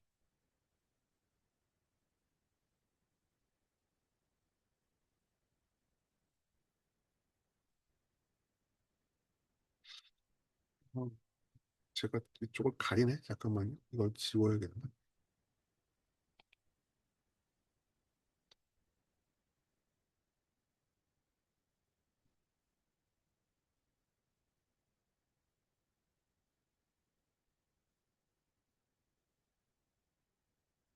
이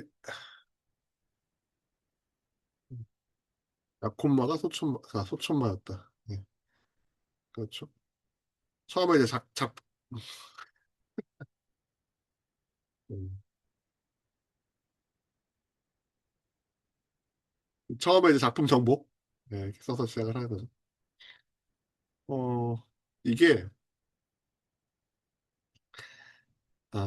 약간 이거 있는데 남자가 쓰는 리뷰하고 여자가 쓰는 리뷰가 이게 좀 그러니까 시작부터 이름 안 봐도 알 수 있는 게 뭐냐면 아까랑 좀 차이 나는 게 전체적인 리뷰 이 폼의 디자인이 달라져요.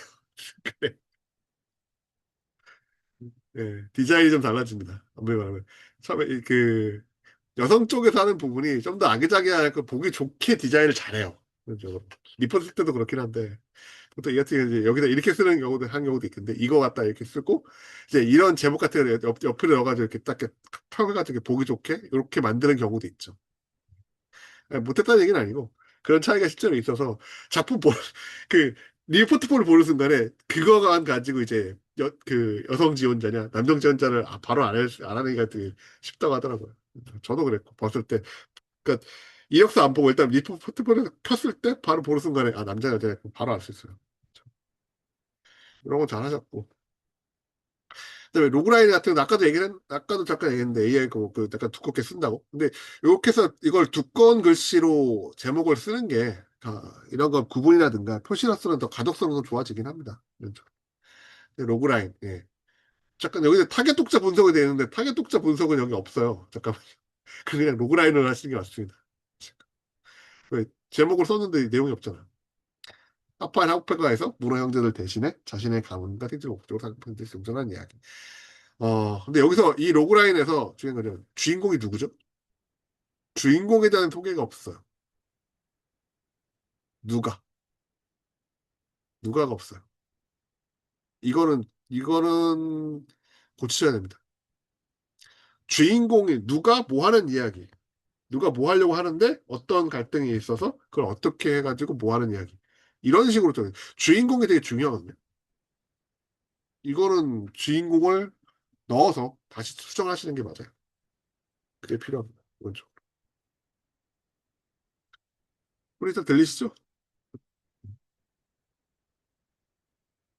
제 쪽에 지금 화면이 멈춰가지고 이쪽 화면이 지금 멈췄어요.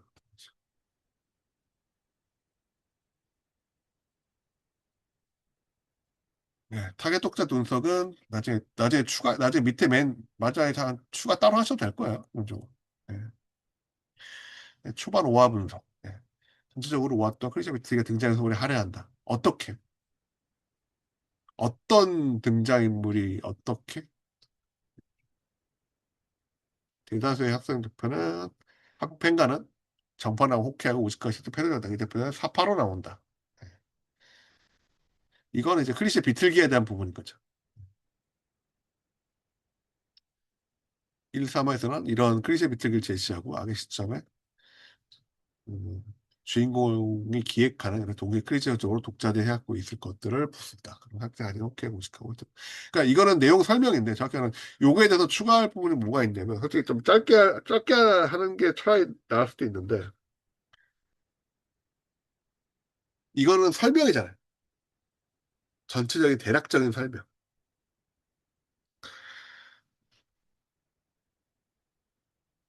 그러니까 요거에서 보면은 대략적인 내용을 알겠는데 구체적인 형태의 작품을 알기는 조금 어려워요.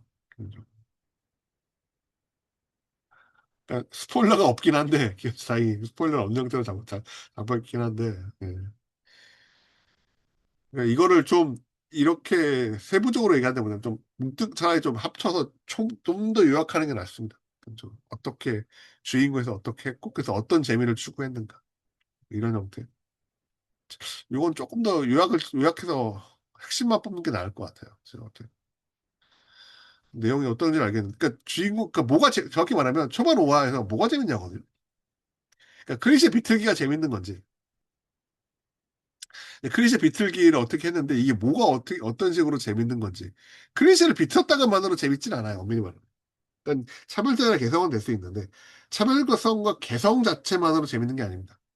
그걸 어떻게 활용을 해서 재밌게 만드냐가 중요한 거라서 그러니까 어떤 재미를 초반 5화에서 주고 있느냐 요거에 맞춰서 다시 요약 정리하는 게 더 좋을 것 같아요. 제가 볼 때는.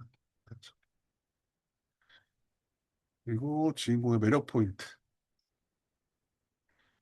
이거도 이제 빙의자면 다른 선택을 한다를 측정해서 강조하며 주변의 인간관계 각을 쌓아간다. 이런 진행 방식은 착각을 낼 수 있는데 조용히 성장과 전투에서 무역봉을 채워 빙의자 특징을 원투하는 걸 보여준다. 이 같은 경우는 아예 그 예시가 뭔지를 좀 더 자세하게 보여주면 그 재미 포인트, 그 매력 포인트를 이걸 읽는 사람이 이해가 좀 더 쉬워집니다.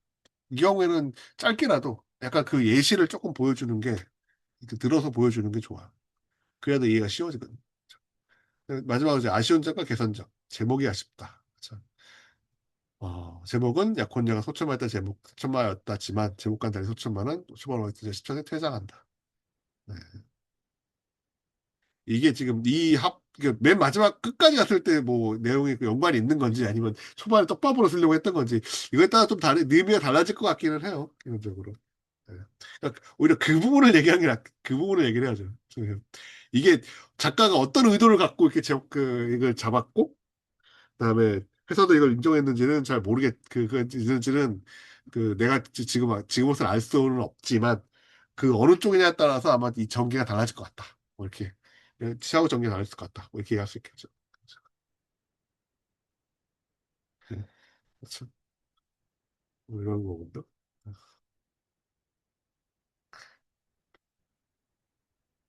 무협봉 약간 속칭 약간 은어처럼 쓰이긴 하는데 무협적인 뭐 음, 무협 로망이라고 해야죠. 보통 로망 무협적 로망 이런 형태로도 쓰이긴 합니다.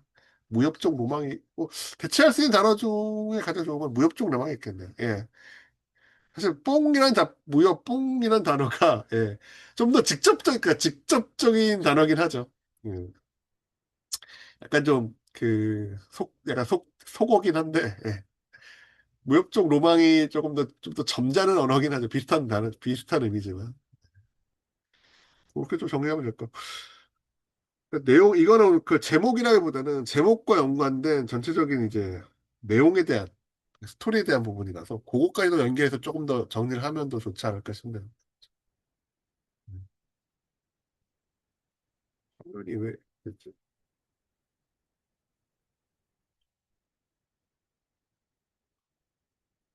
어, 화면이 안 나오네? 아니, 나오네. 화면이 이렇게. 이것도 또 포함해서, 어차피 이것도, 그 두 작품도 어차피 제가 다시 다 세부적으로 체크해서 한번 피드백 보낼 겁니다. 이건 좀. 그다음에 이제 내일까지 강의 그 캐릭터 쪽까지 다 들으신 다음에 한번 이제 제가 피드백 보내는 거 다 보고 다시 한번 이제 리뷰 포트폴리오를 작업을 하셔야 되는데 그때 이제 체크할 것들 이런 게 있어요. 뭐, 또 작품 선정을 완전 했는가. 그러니까 뭘 할지 정확히 내가 수가 정했는가. 그러니까 이거 하는 게 그러니까 정확히 말하면 이걸 하겠다 생각을 했는데 구체적으로 이거 하는 게 맞는지, 그러니까 왜 이 작품을 내가 선정했는지를 명확하게 자기가 알고 있어야 돼요. 그래야 작품 선정이 완료된 겁니다. 그리고 이제 해당 작품에 대해서 만족을 했거나 아니면 주요 부분들 다 숙지하고 있거나 분량을 얼마큼 읽었는가. 그다음에 이제 리뷰 페플로 활용이 뭐 신규제 할지를 이걸 결정을 했는가. 이게 이제 리뷰를 쓰기 위한 가장 준비 단계들이죠. 그다음에 뭐 플롯 부분이 작성 가이드 할 때 플롯 부분에 한번 집중해서 정리를 해보고 그다음에 초안을 작성해본 다음에 이제 퇴고까지 해서 이런 부분들 내가 너무 주관적으로 이렇게 부동한 게 아닌가 뭐 이것도 객관적으로 그 경우에 대한 객관적인 표현을 전환해본다든가 아까 말했지만 그 무협봉 이것도 한번 이거보다는 뭐 그러니까 무협도 로망 형태가 낫지 않을까 해서 그거 고쳐본다든가 이런 거죠. 그렇죠. 그러니까 이런 리뷰할 때 자주 하는 실수들이 몇 가지가 있는데 줄거리만 장황하게 쓴다든가 재미없다 재밌다 이 같은 주관적인 평가를 좀 언급을 한다든가 이런 형태로만 장점이나 단점 한쪽만 너무 편향되게 쓴다든가 그러니까 분량 채우려고 불필요한 내용을 더 추가한다든가 뭐 이런 거 그러니까 분량 늘리려고 그다음에 이런 것들은 좀 실수하는 부분들에서 체크를 해야 되고요. 그다음에 꿀팁으로 이제 댓글창 반응 같은 걸 참고하면 좀 편합니다. 그러니까 독자 반응 같은 경우는 시장 반응이 독자 반응이고 시장 반응이 하거든요. 그러니까 인기작은 당연히좀 댓글이 많아요. 비인기자가 돼가지고 댓글이 적습니다. 실제로. 그것만 봐도 이제 인기작이냐 아니냐 알 수가 있어. 랭킹 변화치. 이거는 계속 지속적으로 작품을 보고 있어야 알 수 있는 부분이긴 한데, 요새 블록 관련 이제 웹툰 쪽이었나? 웹툰 쪽 같은 경우는 이제 그거 계속 이제 하루하루 순위표 적어놓는 블로그도 있긴 하더라고요. 그래서 그런 거 참고할 수 있고, 참고할 수 편하고. 좀 유사작품이라고 하지만 실제로는 그러니까 작품 좀 소재라든가 이런 게 비슷한 작품들이 있어서 그런 것들을 계속 많이 읽다 보면 이렇게 겹쳐서 보여요. 그걸 이제 작품적 비교하면서 차별화를 찾아보는 거죠. 그런 것들을 계속 해보면 좋습니다. SLPD 하려면 해야 될 게 많아요. 많이 봐야 돼. 실제로 그렇습니다. 이거는 어차피 뭐 내일 또 똑같이 얘기할 건데, 예. 이건 내일 또 어차피 뭐 강의할 때, 이런 거, 그러니까 차주할 때 이제 안내. 예. 내일도 똑같이 또 안내할 겁니다. 이거. 이렇게 할 거니까 한번 고민해 보시라고. 근데 파일명들이 다 중구난방인 형태인 것 같아서 제가 이제 파일명 이걸 한번 다시 정해봤어요. 기본적으로. 예. 파일명 이렇게 하는 게 나을 것 같다. 파일명이 자꾸 바뀐다. 사람들이 다 달라가지고. 리뷰. 이거 그러니까 PD로서 리뷰 쓸 때. 예. 이거 좀 필요한 것들이 있어서. 이렇게 있고요. 예. 뭐 존중도 필요하고 독자는 책임도 필요하고. 이걸 한번 읽어보시면 될 것 같고. 예, 오늘 최종 정리는 리뷰는 단순한 독감이 아니라 작품을 해보는 메스고 그 레크는 날카롭지만 따뜻해야 된다. 이렇게 좋은 말로 이렇게 그 강의를 마무리 짓는 거죠. 기본적으로. 이렇게 일단 스토리 쪽 부분에 대한 리뷰에 대한 강의는 일단 됐고요. 내일은 캐릭터 및 기타 연출 이런 부분들을 어떻게 분석하는지 요것들을 추가로 얘기할 겁니다. 참 리뷰 하나 쓰는데 생각할 게 많죠. 기본적으로. 예. 근데 그것도 뭐 매번 모든 걸 다 쓰는 건 아니고 그래서 특징적인 부분들만 뽑아 쓰는 건 아니고 스토리 부분 정리를 하겠지만 이렇게 하겠지만 연출적이나 캐릭터 부분에서 어떻게 중요한 부분들을 뽑아서 그거를 되게 짧게 핵심적으로 요약을 하는 거고요. 연출 부분에서 특별한 게 없다 그러면 안 쓰면 돼요. 그렇죠. 그런 형태가 될 겁니다.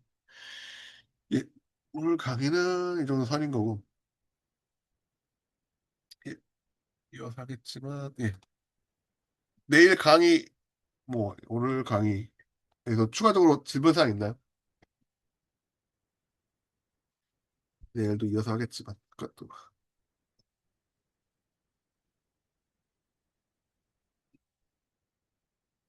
네, 사작품 언급 가능합니다. 리뷰 쓸 때 사작품 언급해도 돼요. 아까 얘기했잖아요. 유사작품, 그러니까 비슷한 열 작품들 비교 이런 거 있다고 해도 됩니다. 이건 좀. 물론 이제 PD로서 이제 작가한테 보낼 분석 리뷰일 때는 이제 진짜 작가랑 먼저 작가 성향을 좀 파악을 해놓고 나서 얘기를 하죠. 그런 거 비교하는 거 싫어하는 작가도 있긴 하거든요. 그거를 먼저 분석을 하고 있는데, 근데 포트폴리오 리뷰는 상관없습니다. 비평 단점 연습은 어떻게 하는 게 좋을까요? 단점 연습이요? 그거는 뭐 장점 단점은 똑같이 맞든 장점 단점 써는 거고 단점 같은 것도 똑같이 적는 겁니다. 적어놓고 그다음에 적어놓은 다음에 내가 생각할 때 이걸 개선하기 위해서는 어떤 부분이 포인트가 필요할까까지 적어야 돼요. 단점은 기본적으로 거기까지 적는 겁니다. 예,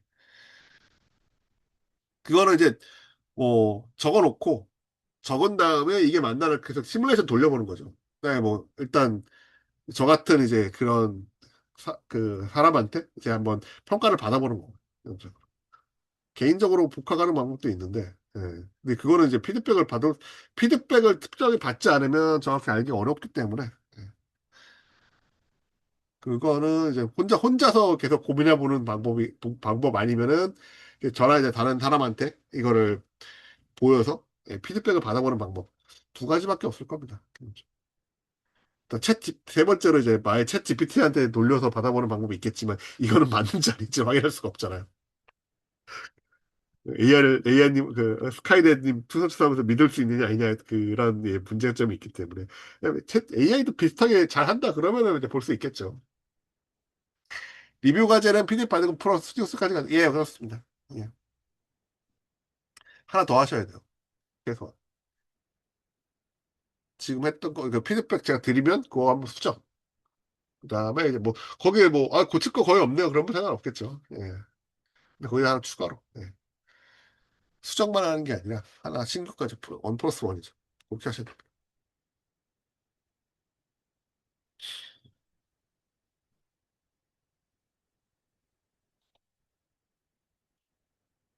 예. 더 질문 없나요? 없으면 오늘은 강의 여기까지 하고, 예, 까지 하도록 하겠습니다.